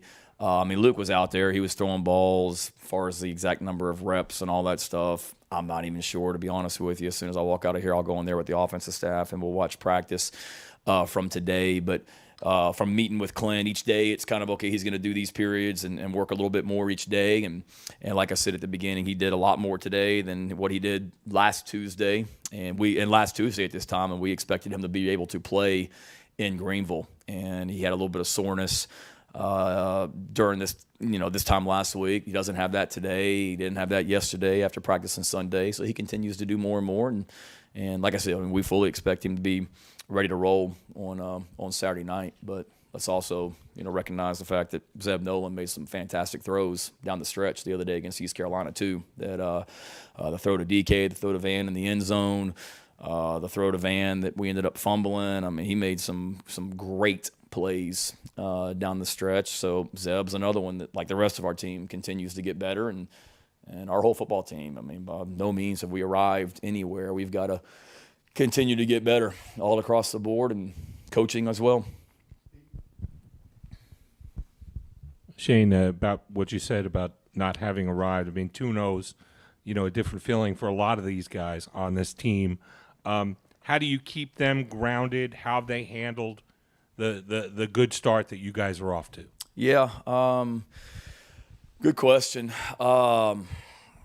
Certainly we want to celebrate wins, and we will. That was a fantastic win Saturday, so we don't want to not celebrate that. I mean, that was a struggle, and I said it on that. I think I said it on Paul Feinbaum yesterday. A lot of teams would have lost that game across the country because this team had every opportunity to feel sorry for themselves because things weren't going well. So you certainly build upon the fight that we showed. You build upon the fact that in the last 17 minutes, we had some fantastic individual efforts and big plays on all three sides. Saw some toughness running the football down the stretch, and just the way we came together.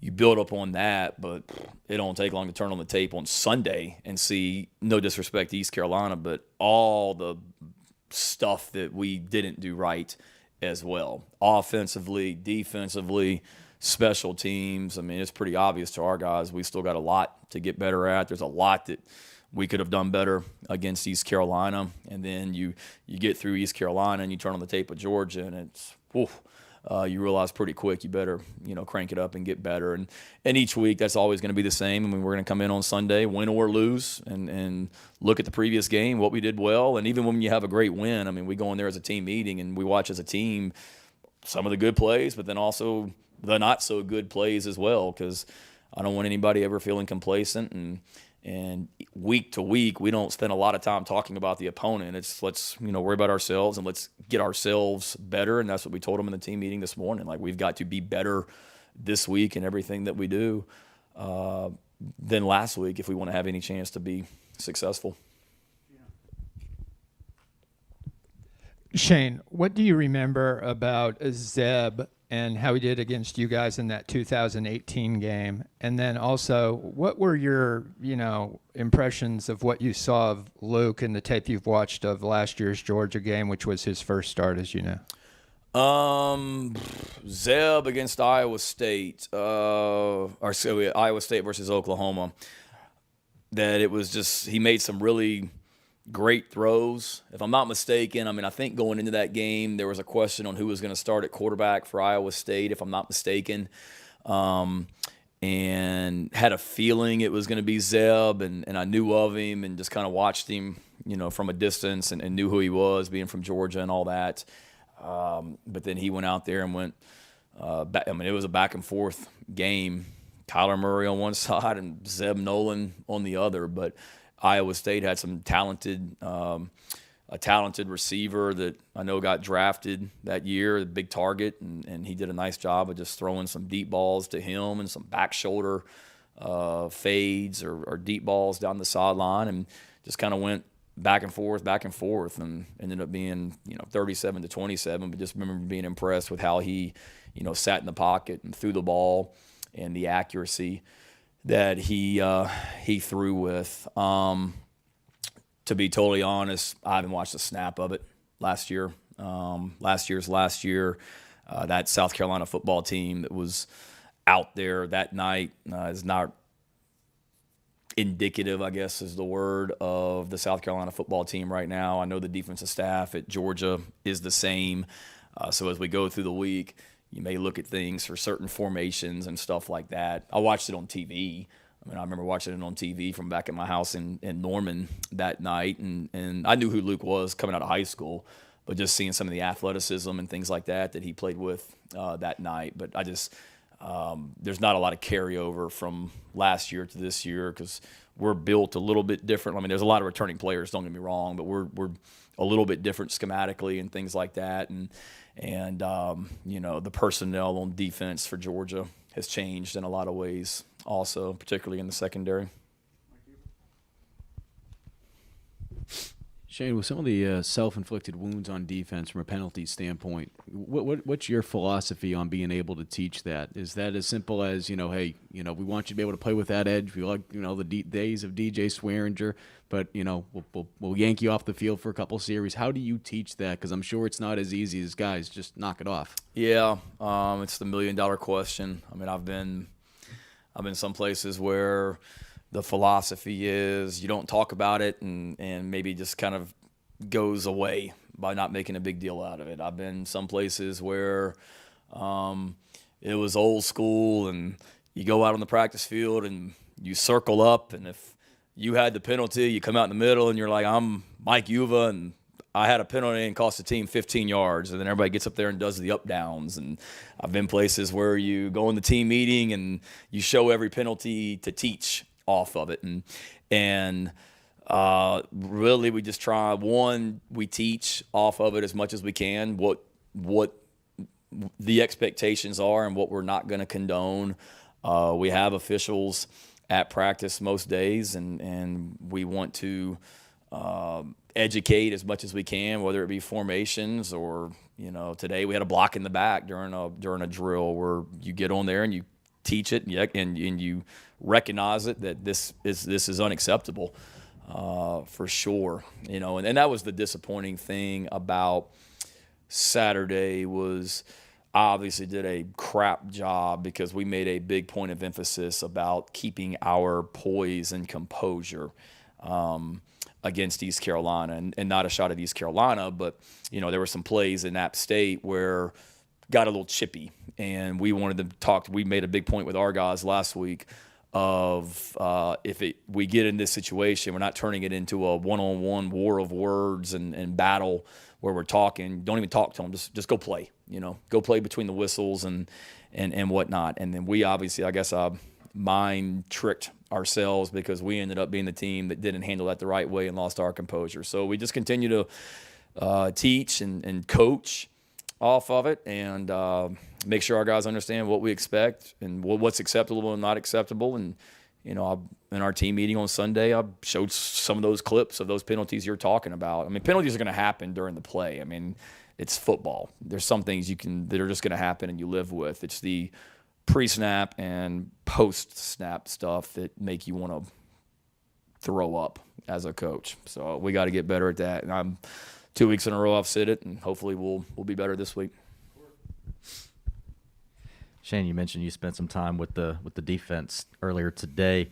Have you noticed amongst the defensive line, the big names that you guys have there, the challenge of them matching up with Georgia's offensive line? Have you noticed an uptick in enthusiasm and energy about that matchup on Saturday? I think they know them. And to me, this, you watch the line of scrimmage in this game. I mean, this is going to be a big boy football game, and I know what their philosophy and mentality is at Georgia, and that's to line up and just run the ball down your throat, and they've got playmakers on the outside that are explosive. I mean, the running backs, they're deep. The receivers, I know they got some guys out, but they got some fantastic ones that can run. The freshman tight end, Bowers, is a weapon with his skill set and whatnot. So there's a lot of explosiveness all over that offense, but this game's going to be critical right there in that box at the line of scrimmage. It's our offensive line versus their front and their offensive line versus our defense. But I would hope that, we've got a bunch of guys on our team that are internally motivated, that the excitement that our defensive line had to play Georgia is the same that it was against Eastern Illinois and the same that it was against East Carolina, because they've been pretty good both weeks. And we don't want all of a sudden, okay, we're playing, we're more excited because it's Georgia. We should be excited to play every week. If you're a competitor, you want to go out there and dominate no matter who you're playing and have that energy. But certainly, our guys know East Carolina and Eastern Illinois didn't break the huddle with, 5-star recruits and 330-pound offensive linemen that are coming right at you, and what's coming. They're saying stop it. So it's a big challenge for our guys, but it's a big challenge for the entire defense. Like, we've got to do a great job tackling this week, not just those defensive linemen, but all 11 guys on the defense. Shane, how much does it help your guys that you're coming off a game where you faced adversity from the opening kick until the closing kick by Parker? A lot of adversity, some of it self-inflicted, but you're able to overcome it. How much of that do you think can help you against a team like Georgia, and especially the atmosphere in Athens of the SEC opener? Yeah, I would hope a lot, Rick. I mean, you write it down before the game. Here's all the things to do to lose the football game, and I think we checked them all off on Saturday. Give up a huge play on the first play of the game to get the crowd into it. Turn the ball over, 3 times in the first half. Have some dumb penalties. On and on and on, But we haven't said all that. We overcame all that. We didn't play great. East Carolina had a lot to do with that, sure. But we didn't play great. But we found a way to overcome it and still win on the road in a place that a lot of teams have gone in there and gotten beat. NC State, UNC, Virginia Tech, and we overcame that and found a way to win. So certainly we understand there's going to be 50,000 more fans in the stands than what there were on Saturday. It's going to be under the lights. There's going to be 5-star recruits all over the field for the team in red. But certainly from a mental standpoint, doing what we did last week does nothing but help us. But we also need to understand, if we go out there and play that way like we did against East Carolina and get off to the start that we did against East Carolina, it probably it's not going to end well. We've got to get off to a better start and play a whole lot better. That's for sure.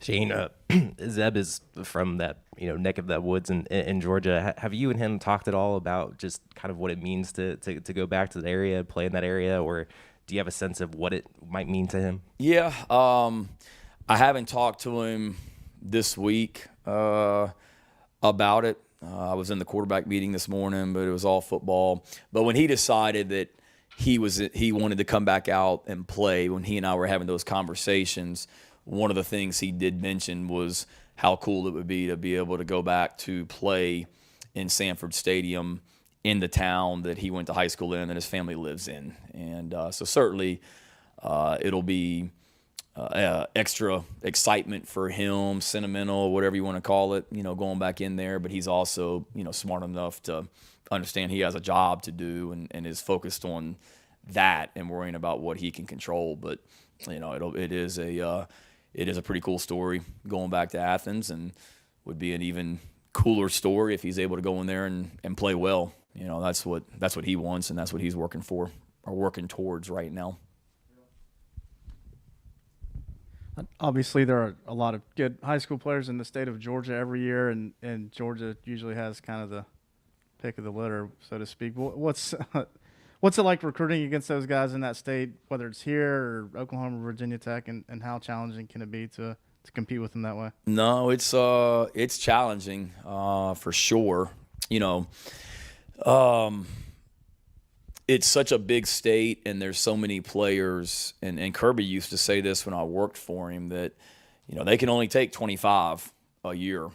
And in his mind, Kirby's mind, and rightfully so, you better make sure from Georgia's standpoint, they better make sure, because he used to say it, that you're taking the right ones. Because those guys that you decide not to take, they're going to South Carolina, they're going to Florida, they're going to Auburn, they're going to Tennessee, wherever. So there's a lot of great players. We're going to get in there and battle them. We have a fantastic place to sell here from an academic standpoint, from a city to live in, the facility, the opportunity to do something special here. And come win an SEC championship. We have a lot to sell here that they, that it's a little bit different than maybe what they're selling. But there's a lot of great players, and we're going to battle them for all of them and make it hard for young men to tell us no. We're going to be all over the state recruiting on Friday. Of the top players in the state of Georgia for this year and next year, there's a pretty good chance that there's going to be a South Carolina coach in your school on Friday afternoon and Friday night at your game. And that'll always be a critical area for us. There's so many fantastic players that have come out of Georgia that have been major contributors here and will continue to be going forward, along with the state of South Carolina and the surrounding areas. But it's such a great state for high school football, Georgia is, and we'll always recruit it heavily. Shane, I think you touched on it a little bit Sunday with ECU stacking the box and what kind of a challenge that presents when you look at Georgia and kind of the physicality they do have up front. How do you go about attacking that in the run game when you do have a stacked box? Is it a matter of, Zeb obviously connected on a few more longer throws. Is it a matter of just opening things up? Is it a matter of just beating a guy one-on-one in front of you, or what kind of goes into that? Yeah, no, good thought or good question. We've got to be able to execute our offense no matter what, the defense is doing. It's not like we got out there on Saturday and it was like, oh my God, they're doing this. How do we adjust? It's just a guy here, a guy there, and we got to be more consistent. We've got to be good about what we're asking our guys to do. There may be some run schemes that we like that maybe we aren't great at executing, so we've certainly got to continue to look at that.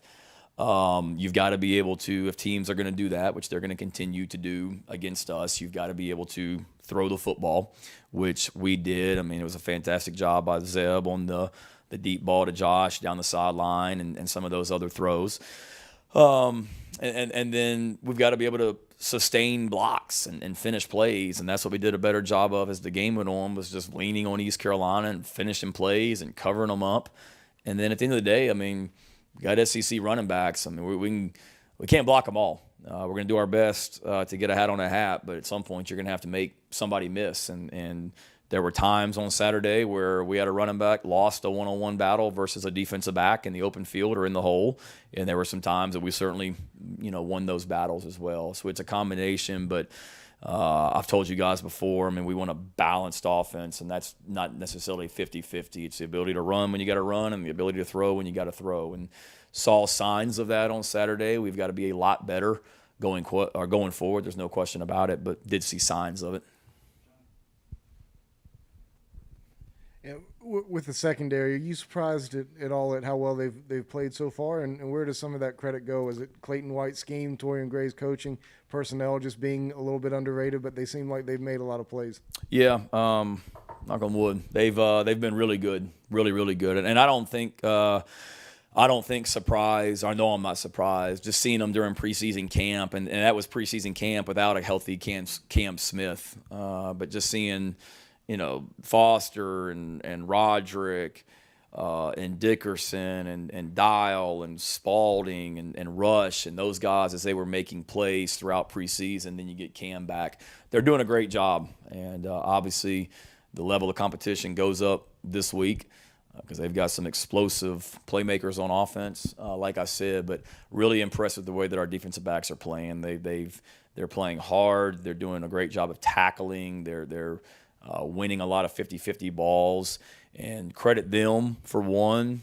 Certainly credit, Coach Gray. I feel like he's the best defensive backs coach in the country. I saw what he did when we worked together at Virginia Tech over the years, and he's got NFL experience. He does a great job of just teaching and coaching and making sure our defensive backs understand how offenses are trying to attack them and studying formations and wide receiver splits and all that. And then certainly, Clayton White as well. Our defense has been fantastic the last 2 weeks. And I'm excited to watch them play on Saturday night, excited to watch them continue to evolve as the year goes on. So Clayton's put together a great scheme, and credit those guys up front, the guys that Mike Peterson and Jimmy coach as well, because they're doing a great job of affecting quarterbacks, and it all works together, and we're going to need all 11 on Saturday night to stop the run and the pass. Shane, it seems like you probably have studied as much as anyone how head football coaches go about their business. How would you describe your sideline role during games? Are you strategizing? Are you consoling and encouraging players? You working refs? How would you just generally describe that? Consoling myself at times Saturday too. A little bit of all that, to be honest with you. I realize as the head coach that all eyes are on me. So I think it's critical that I do a try and I'm pretty even keeled by nature, but just trying to stay steady and not emotional and blowing a gasket over there every time something goes bad. But just trying to stay under control. When the offense is on the field, I'm on the headphones, talking with those guys. I'm not trying to micromanage stuff and tell everybody what to do, but we're certainly talking when the offense finishes the series. I may be on the phone with the offense talking about the next series or things that just happened. When the defense is on the field, I'm on the defensive line with Clayton and his guys, listening and talking. Certainly any situation that comes up, I'm trying to stay one step ahead on, okay, it's third down, here's what we may do potentially on fourth down, or I really try and spend a lot of time during the week preparing to manage the clock and make decisions like that, and studying other situations across college football. So it's trying to just manage the game, have an ear for the offense, an ear for the defense, being able to chime in at times about maybe think about this next series, or hey Clayton, let's be ready for this. They haven't shown that yet, that type stuff, and then certainly staying engaged with the players as well, and just bouncing around the sideline and just trying to be, positive and real about where we are. So I think, each game is different.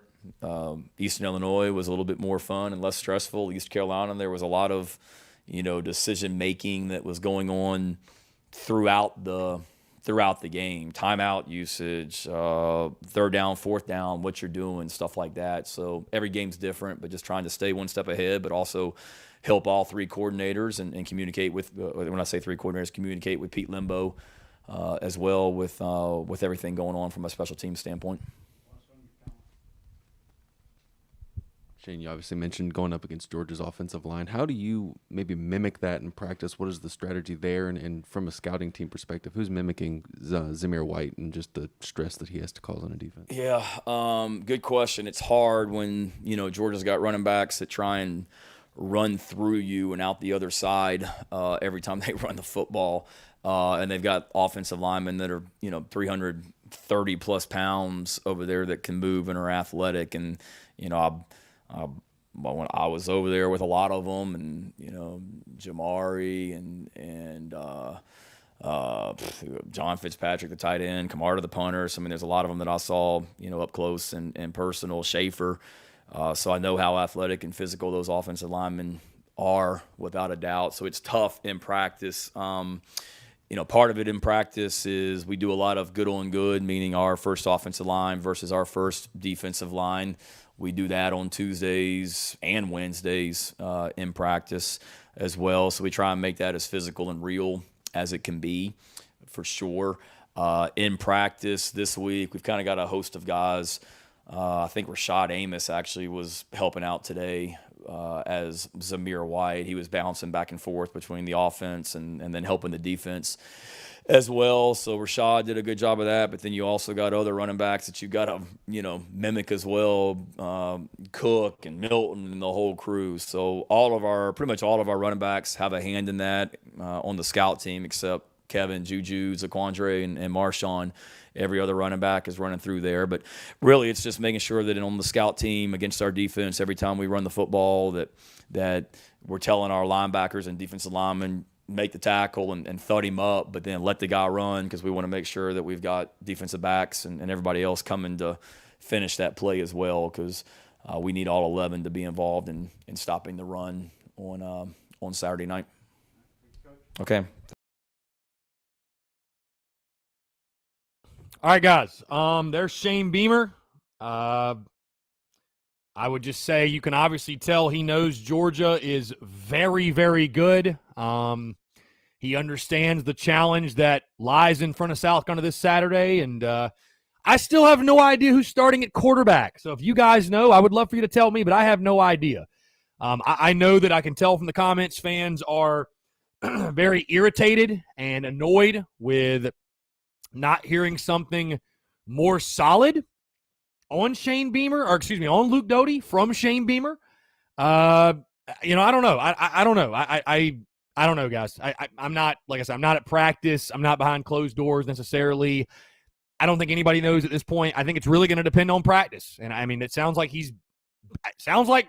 Luke Doty's back to 100%.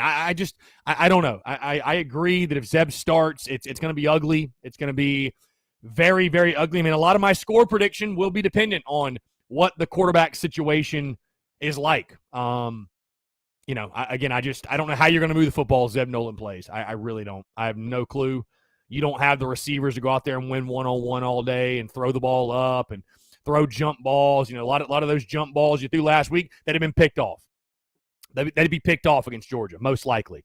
So I don't know what the game plan will be at quarterback. But my biggest takeaway is this. I mean, Shane Beamer just understands how good Georgia is. He was on that staff. I mean, Shane Beamer going out of his way to call it the best Georgia roster of all time. Of all time. So, yeah, most certainly. But, I mean, again, I love, like, people are like, oh, is he just trying to keep Georgia guessing who's playing at quarterback? Guys, that doesn't matter this week. I thought maybe that was a storyline last week, and you make ECU kind of guess who's going to be the starting quarterback. But, dude, you're a 31-point underdog either way. Either way. So, I don't think, I understand the gamesmanship and all that, but I don't know, man. I'm right there with you guys. Trust me. I'm right there with you in regards to wanting to know who's the starting quarterback. We all want to know. That's the question. That's the million-dollar question right now. Nobody knows the answer to, and I feel like we'll probably only find out later in the week, if not just game day, I guess. According to Washington, fans need to be fans. Let the coaches figure out who the quarterback Beans can't coach from the couch when they aren't in practice every day. Yeah, I mean, dude, listen. I mean, yeah, they're gonna know. Yeah, I mean, they're going to figure it out for sure. They better. They're paid to do it, right? They're paid to do it. So,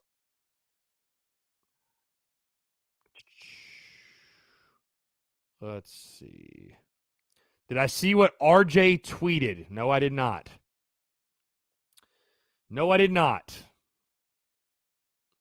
If you want to fill me in, I have no idea.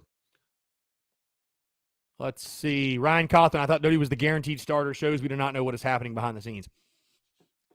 I mean, Beamer's been saying for 3 weeks the guy was basically 100% healthy. So, I mean, Just going off of what Beamer's saying, man. That's all you can do. Just going off what Beamer's saying. Hey, Beamer's got a plan. You got to trust in Beamer. That's it. Yeah. I got a couple of texts here. Robbie Davis says, still believe we could be 4-1 going into the Tennessee game, which is still really good shape for a good season. I hear you. Hunter Wages says, the people picking us to win think we're going to go undefeated? Because I don't understand how you could pick us to win without thinking that. I don't know, man. I don't know. I think people just want to be optimistic. We got a text here, 35-14, Georgia. If we make it competitive and make them earn every touchdown, we can take a lot away from that. I agree 110%, man. Good can come out of this game this weekend. There's no doubt. There's no question. Byron Thomas says, is there anyone on our defense that you feel the Georgia coaching staff fears when they watch our film from the first two games? I mean, I think certainly J.J. Enagbare is a big-time playmaker. Brad Johnson's been really, really good. Jordan Birch is a freak. They recruited him. Cam Smith, maybe. Those are the guys that really stand out. But, outside of that, fear, I don't know if Georgia fears many of our guys. Danny Terry, what do you think about the decision on Nolan being the starter over Doty? Still think this offense is built for Doty? The offense is built for Doty, and you just got to believe when he's 110% healthy, Luke Doty will be the team starter. Other than that, I don't know. Kenny and Kyle Lowry, what called out Muschamp? What did the tweet say? Because I just looked at his Twitter. I didn't see anything. Panic Ritter will be back next week. Of course he will. I know, Ritter, you've always got your hand close to that panic button. There's no question. Again, guys, 843-790-3377. Less than 5 minutes to go. Again, that was Shane Beamer speaking to the media in his Tuesday media availability. Again, biggest takeaways. Shane Beamer knows Georgia is really, really good. Shane Beamer knows Georgia is really, really good, and he knows the challenge it is going to be for us. I mean, there's just no other way to put it. Adam Ritter, does Beamer know that Doty is better? Well, Ritter, do you trust Shane Beamer or do you not? Again, that's my question for you. So, Justin Kyle says, bro, I talked so much shit about J.C. Horn not being good. It was in the same in his first game with the Panthers. They didn't throw to his side at all. Brendan Calvert, Kevin Harris goes for 125 plus. So, Brendan thinks Kevin Harris goes for 125 plus, and Clemson only ran for 2 yards on that Georgia defense. I mean, I'm not saying it's impossible. Certainly. But, man, that would be a hell of a day. A hell of a day for Kevin Harris. A hell of a day. So, it could happen. Certainly. Skylar Stevens, will we get Delp? Can we beat out Georgia for the Delp machine? I mean, I think we got a pretty good chance. He's going to visit South kind of October the 2nd for the Troy game. So I think we've got as good a chance as Georgia does. I'll say that. Yep, I think we have a good chance. But, yeah, I mean, overall, just I think Shane Beamer, like I said, we'll talk about it more, on the podcast, or at least I'll touch on the podcast, Marcus. I don't think there was nothing crazy revealing from that media availability, but, I mean, Shane Beamer's, he knows without a doubt what we're facing. He knows without a doubt what we're going up against. And again, you can say a lot of it's coach speak, whatever, but hey, said the same thing last week. Shane Beamer was very complimentary of ECU and their team. And, I definitely liked hearing him talk about getting the win over the weekend and, how big of a win that was. Jesse Jacobs says, how was your betting over the past weekend? Great question. So I actually went 4-5 last week. Did not have a great week, but we are 16-7 overall through 2 weeks. And again, guys, tomorrow's podcast, of course, will be our SEC gambling picks and best bet. And of course, guys, like I said, I'll give my brief thoughts and just brief overview as to what Shane Beamer said in his media availability today. Tyler Noel says, I'll say this.